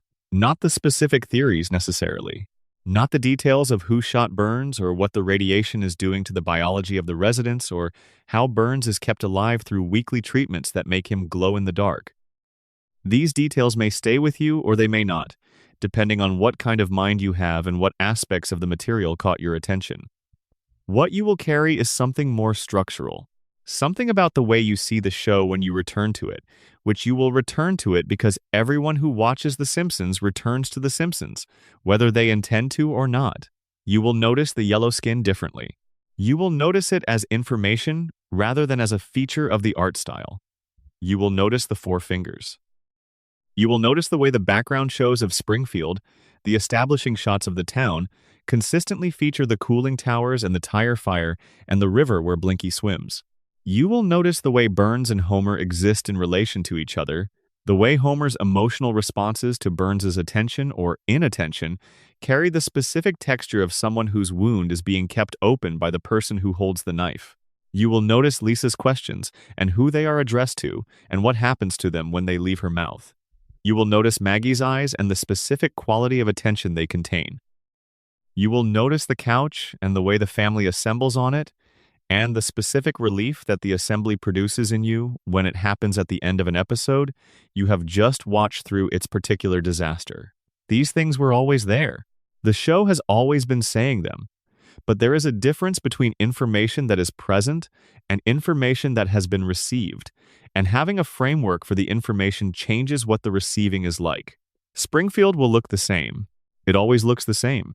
The yellow and the four fingers and the plant and the tire fire and the couch, all of it exactly as it has been since the 17th of December, 1989. The loop holds. The image is unchanged, but you will be carrying something the characters cannot carry. An outside view, a position from which the pattern is visible that is not available to anyone inside the pattern. The people of Springfield cannot see what the show is showing you. They are in the image. They cannot look at themselves from the outside. They cannot see the yellow skin as remarkable, or the four fingers as evidence, or the tire fire as anything other than a background feature of the landscape they have always lived in. They are inside the contamination zone, and the dream, and the collective denial, and the institutional control. They are the characters. You are the audience. And the difference between those two positions, the distance that the audience position provides, is what allows you to see what the show is showing. And what the show is showing is everything we have spent this time examining. Everything we have named and traced and connected and assembled into the picture that the show has been assembling on our behalf for 36 years. Something is wrong in Springfield. The show knows it. The show has always known it.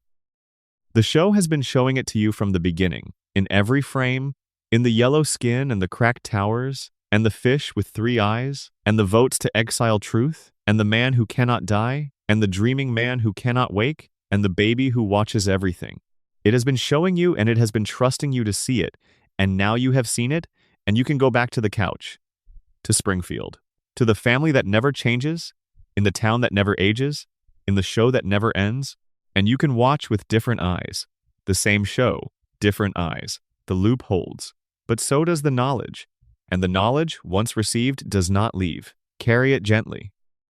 It is heavier than it looks. Good night. Section 27. The show that knows what it is. There is a moment in every long-running creative work where it becomes self-aware, where the work starts to understand its own history and its own position in the culture and begins to make choices that reflect that understanding. The Simpsons reached this point years ago, and the way it has handled its own self-awareness is one of the more interesting things about it in the context of everything we have been discussing. The show makes jokes about itself. It has been making jokes about itself for decades. It jokes about its longevity. It jokes about the quality decline that even its most devoted fans have documented. It jokes about the predictions. It jokes about the fan theories. It animated a fake scene of Homer waking from a coma and then called it a hoax. It has done entire episodes that function as meta-commentary on what the show is and how long it has been doing what it does and what that longevity means. This self-awareness creates a strange recursive quality in the context of the theories. If the show is self-aware enough to make jokes about the coma theory, is it confirming the theory or deflecting it? If it acknowledges the prediction phenomenon, is it endorsing the idea that it has prophetic qualities or preemptively debunking it?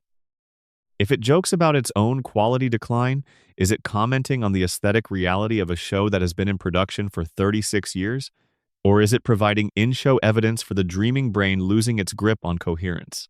The answer is probably all of these at once. The show exists at a level of self-awareness where the meta-commentary and the object-level content are simultaneously present, and the choice of which level to engage with is left to the viewer. The fans who just want the jokes get the jokes. The fans who want the theories get the theories. The fans who want meta-commentary on the theories get that too, in the form of the animated coma scene and the prediction jokes and all the rest. This is, in its way, the most sophisticated thing the show does. It contains all of its readings simultaneously. It is genuinely funny and genuinely dark and genuinely sentimental and genuinely meta all at once, in every episode, and the specific combination of those things that any viewer experiences depends entirely on the framework they bring to the viewing. The theories we have been discussing are one framework. The conventional family comedy reading is another. The nostalgia-driven appreciation of a show that has been present for a significant portion of your life is a third. All of them are available. The show supports all of them.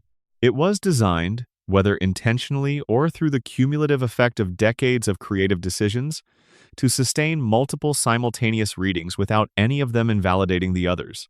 This is the final and perhaps most important thing the show is. It is a container large enough to hold many different things and still be coherent. Large enough to hold the comedy and the darkness and the love story and the horror and the social commentary and the family warmth and the conspiracy theories and the meta-commentary on all of the above. And it has been holding all of these things for 36 years. Without breaking, the couch holds the weight of everything the show is. The family sits on it. The image is complete. The episode begins. And everything the show is, everything it has ever been, everything it will be in the remaining seasons before it eventually, inevitably, one day concludes, is present in that image. The family. Together, on the couch. In Springfield, where the fish have 3 eyes, and the skin is yellow, and the safety inspector has a crayon in his brain, and the billionaire glows in the dark, and the truth is illegal, and the loop does not break. Where Homer is home, where he always comes home, where the dream keeps running, where we keep watching, where we are right now, all of us, together, in Springfield, where the show never ends. Section 28. A final word on what Springfield teaches us. Springfield has taught us a great many things over 36 years. It has taught us the specific sound that Homer makes when he makes a mistake. It has taught us that donuts are a constant, that the couch is a gravity well, that the plant runs whether anyone is watching it or not. It has taught us that the richest man in town will outlast everyone, that the kindest man in town will suffer the most, and that the cleverest person in the room will be a child who hasn't learned to speak yet. But beneath the jokes and beneath the theories and beneath the accumulated weight of 3.5 decades of episodes and continuity and contradiction and reset, Springfield has been teaching us something more fundamental. It has been teaching us to look at the background as carefully as the foreground, to look at what is consistent rather than just what is interesting, to look at what the yellow skin means rather than simply accepting it as given, to look at what the cracked cooling towers say rather than simply noting their presence in the establishing shots, to look at what the systematic forgetting costs rather than simply laughing at the consistency with which it happens. Springfield teaches us to look, because the things worth seeing in Springfield are not the things the show puts in the foreground. They are the things in the background that have been there since the beginning, consistent and quiet and waiting for someone to look at them long enough to understand what they mean. The tire fire, always burning, never addressed, visible to anyone who looks. The cooling towers, always cracked, always steaming. The source of everything that is wrong with the water and the air and the biology of every person who has lived downwind of them for decades. The plant, the plant, the plant. Always in the background, always present. Always the thing that the foreground stories are happening in front of, whether the characters acknowledge it or not. Springfield teaches us that the things in the background are the things that matter, that the foreground is where the entertainment happens, but the background is where the truth lives. Quiet and persistent, and waiting to be seen by anyone who is willing to look past the jokes long enough to see what the jokes are resting on. The show has been waiting for us to look for 36 years. It has been patient. It has faith in us, in the way that long-running creative works develop a kind of faith in their audience. Faith that eventually someone will look at the tire fire burning in the background of the establishing shot and ask why nobody is putting it out. We asked. We looked. And Springfield was exactly what the looking revealed it to be. Something is wrong here. Something has been wrong here for a very long time. And the family is on the couch, and the tire fire burns. And Burns glows in the dark once a week. And Maggie watches everything. And Homer does not know his employer's name. And Lisa asks the questions that nobody answers. And Bart is still 10. And the show continues. And we watch. And the loop holds. And the light from the television, casting its warm glow over a family on a couch in a contaminated fictional town that exists everywhere and nowhere, reaches us through the screen and illuminates everything it touches, including us, sitting here, watching, part of Springfield now, in the only way that any of us can be part of Springfield, from the outside, looking in, seeing what the residents cannot see, and carrying it with us wherever we go next, from Springfield, where the show never ends, where the family is always on the couch, where the tire fire keeps burning, where the truth, when it appears, is tied to a train and expelled, where the yellow skin has always been yellow, and nobody asks why, except us. Now, tonight, wherever you are, whatever time it is, from wherever you are watching this, you looked. And Springfield looked back. Good night.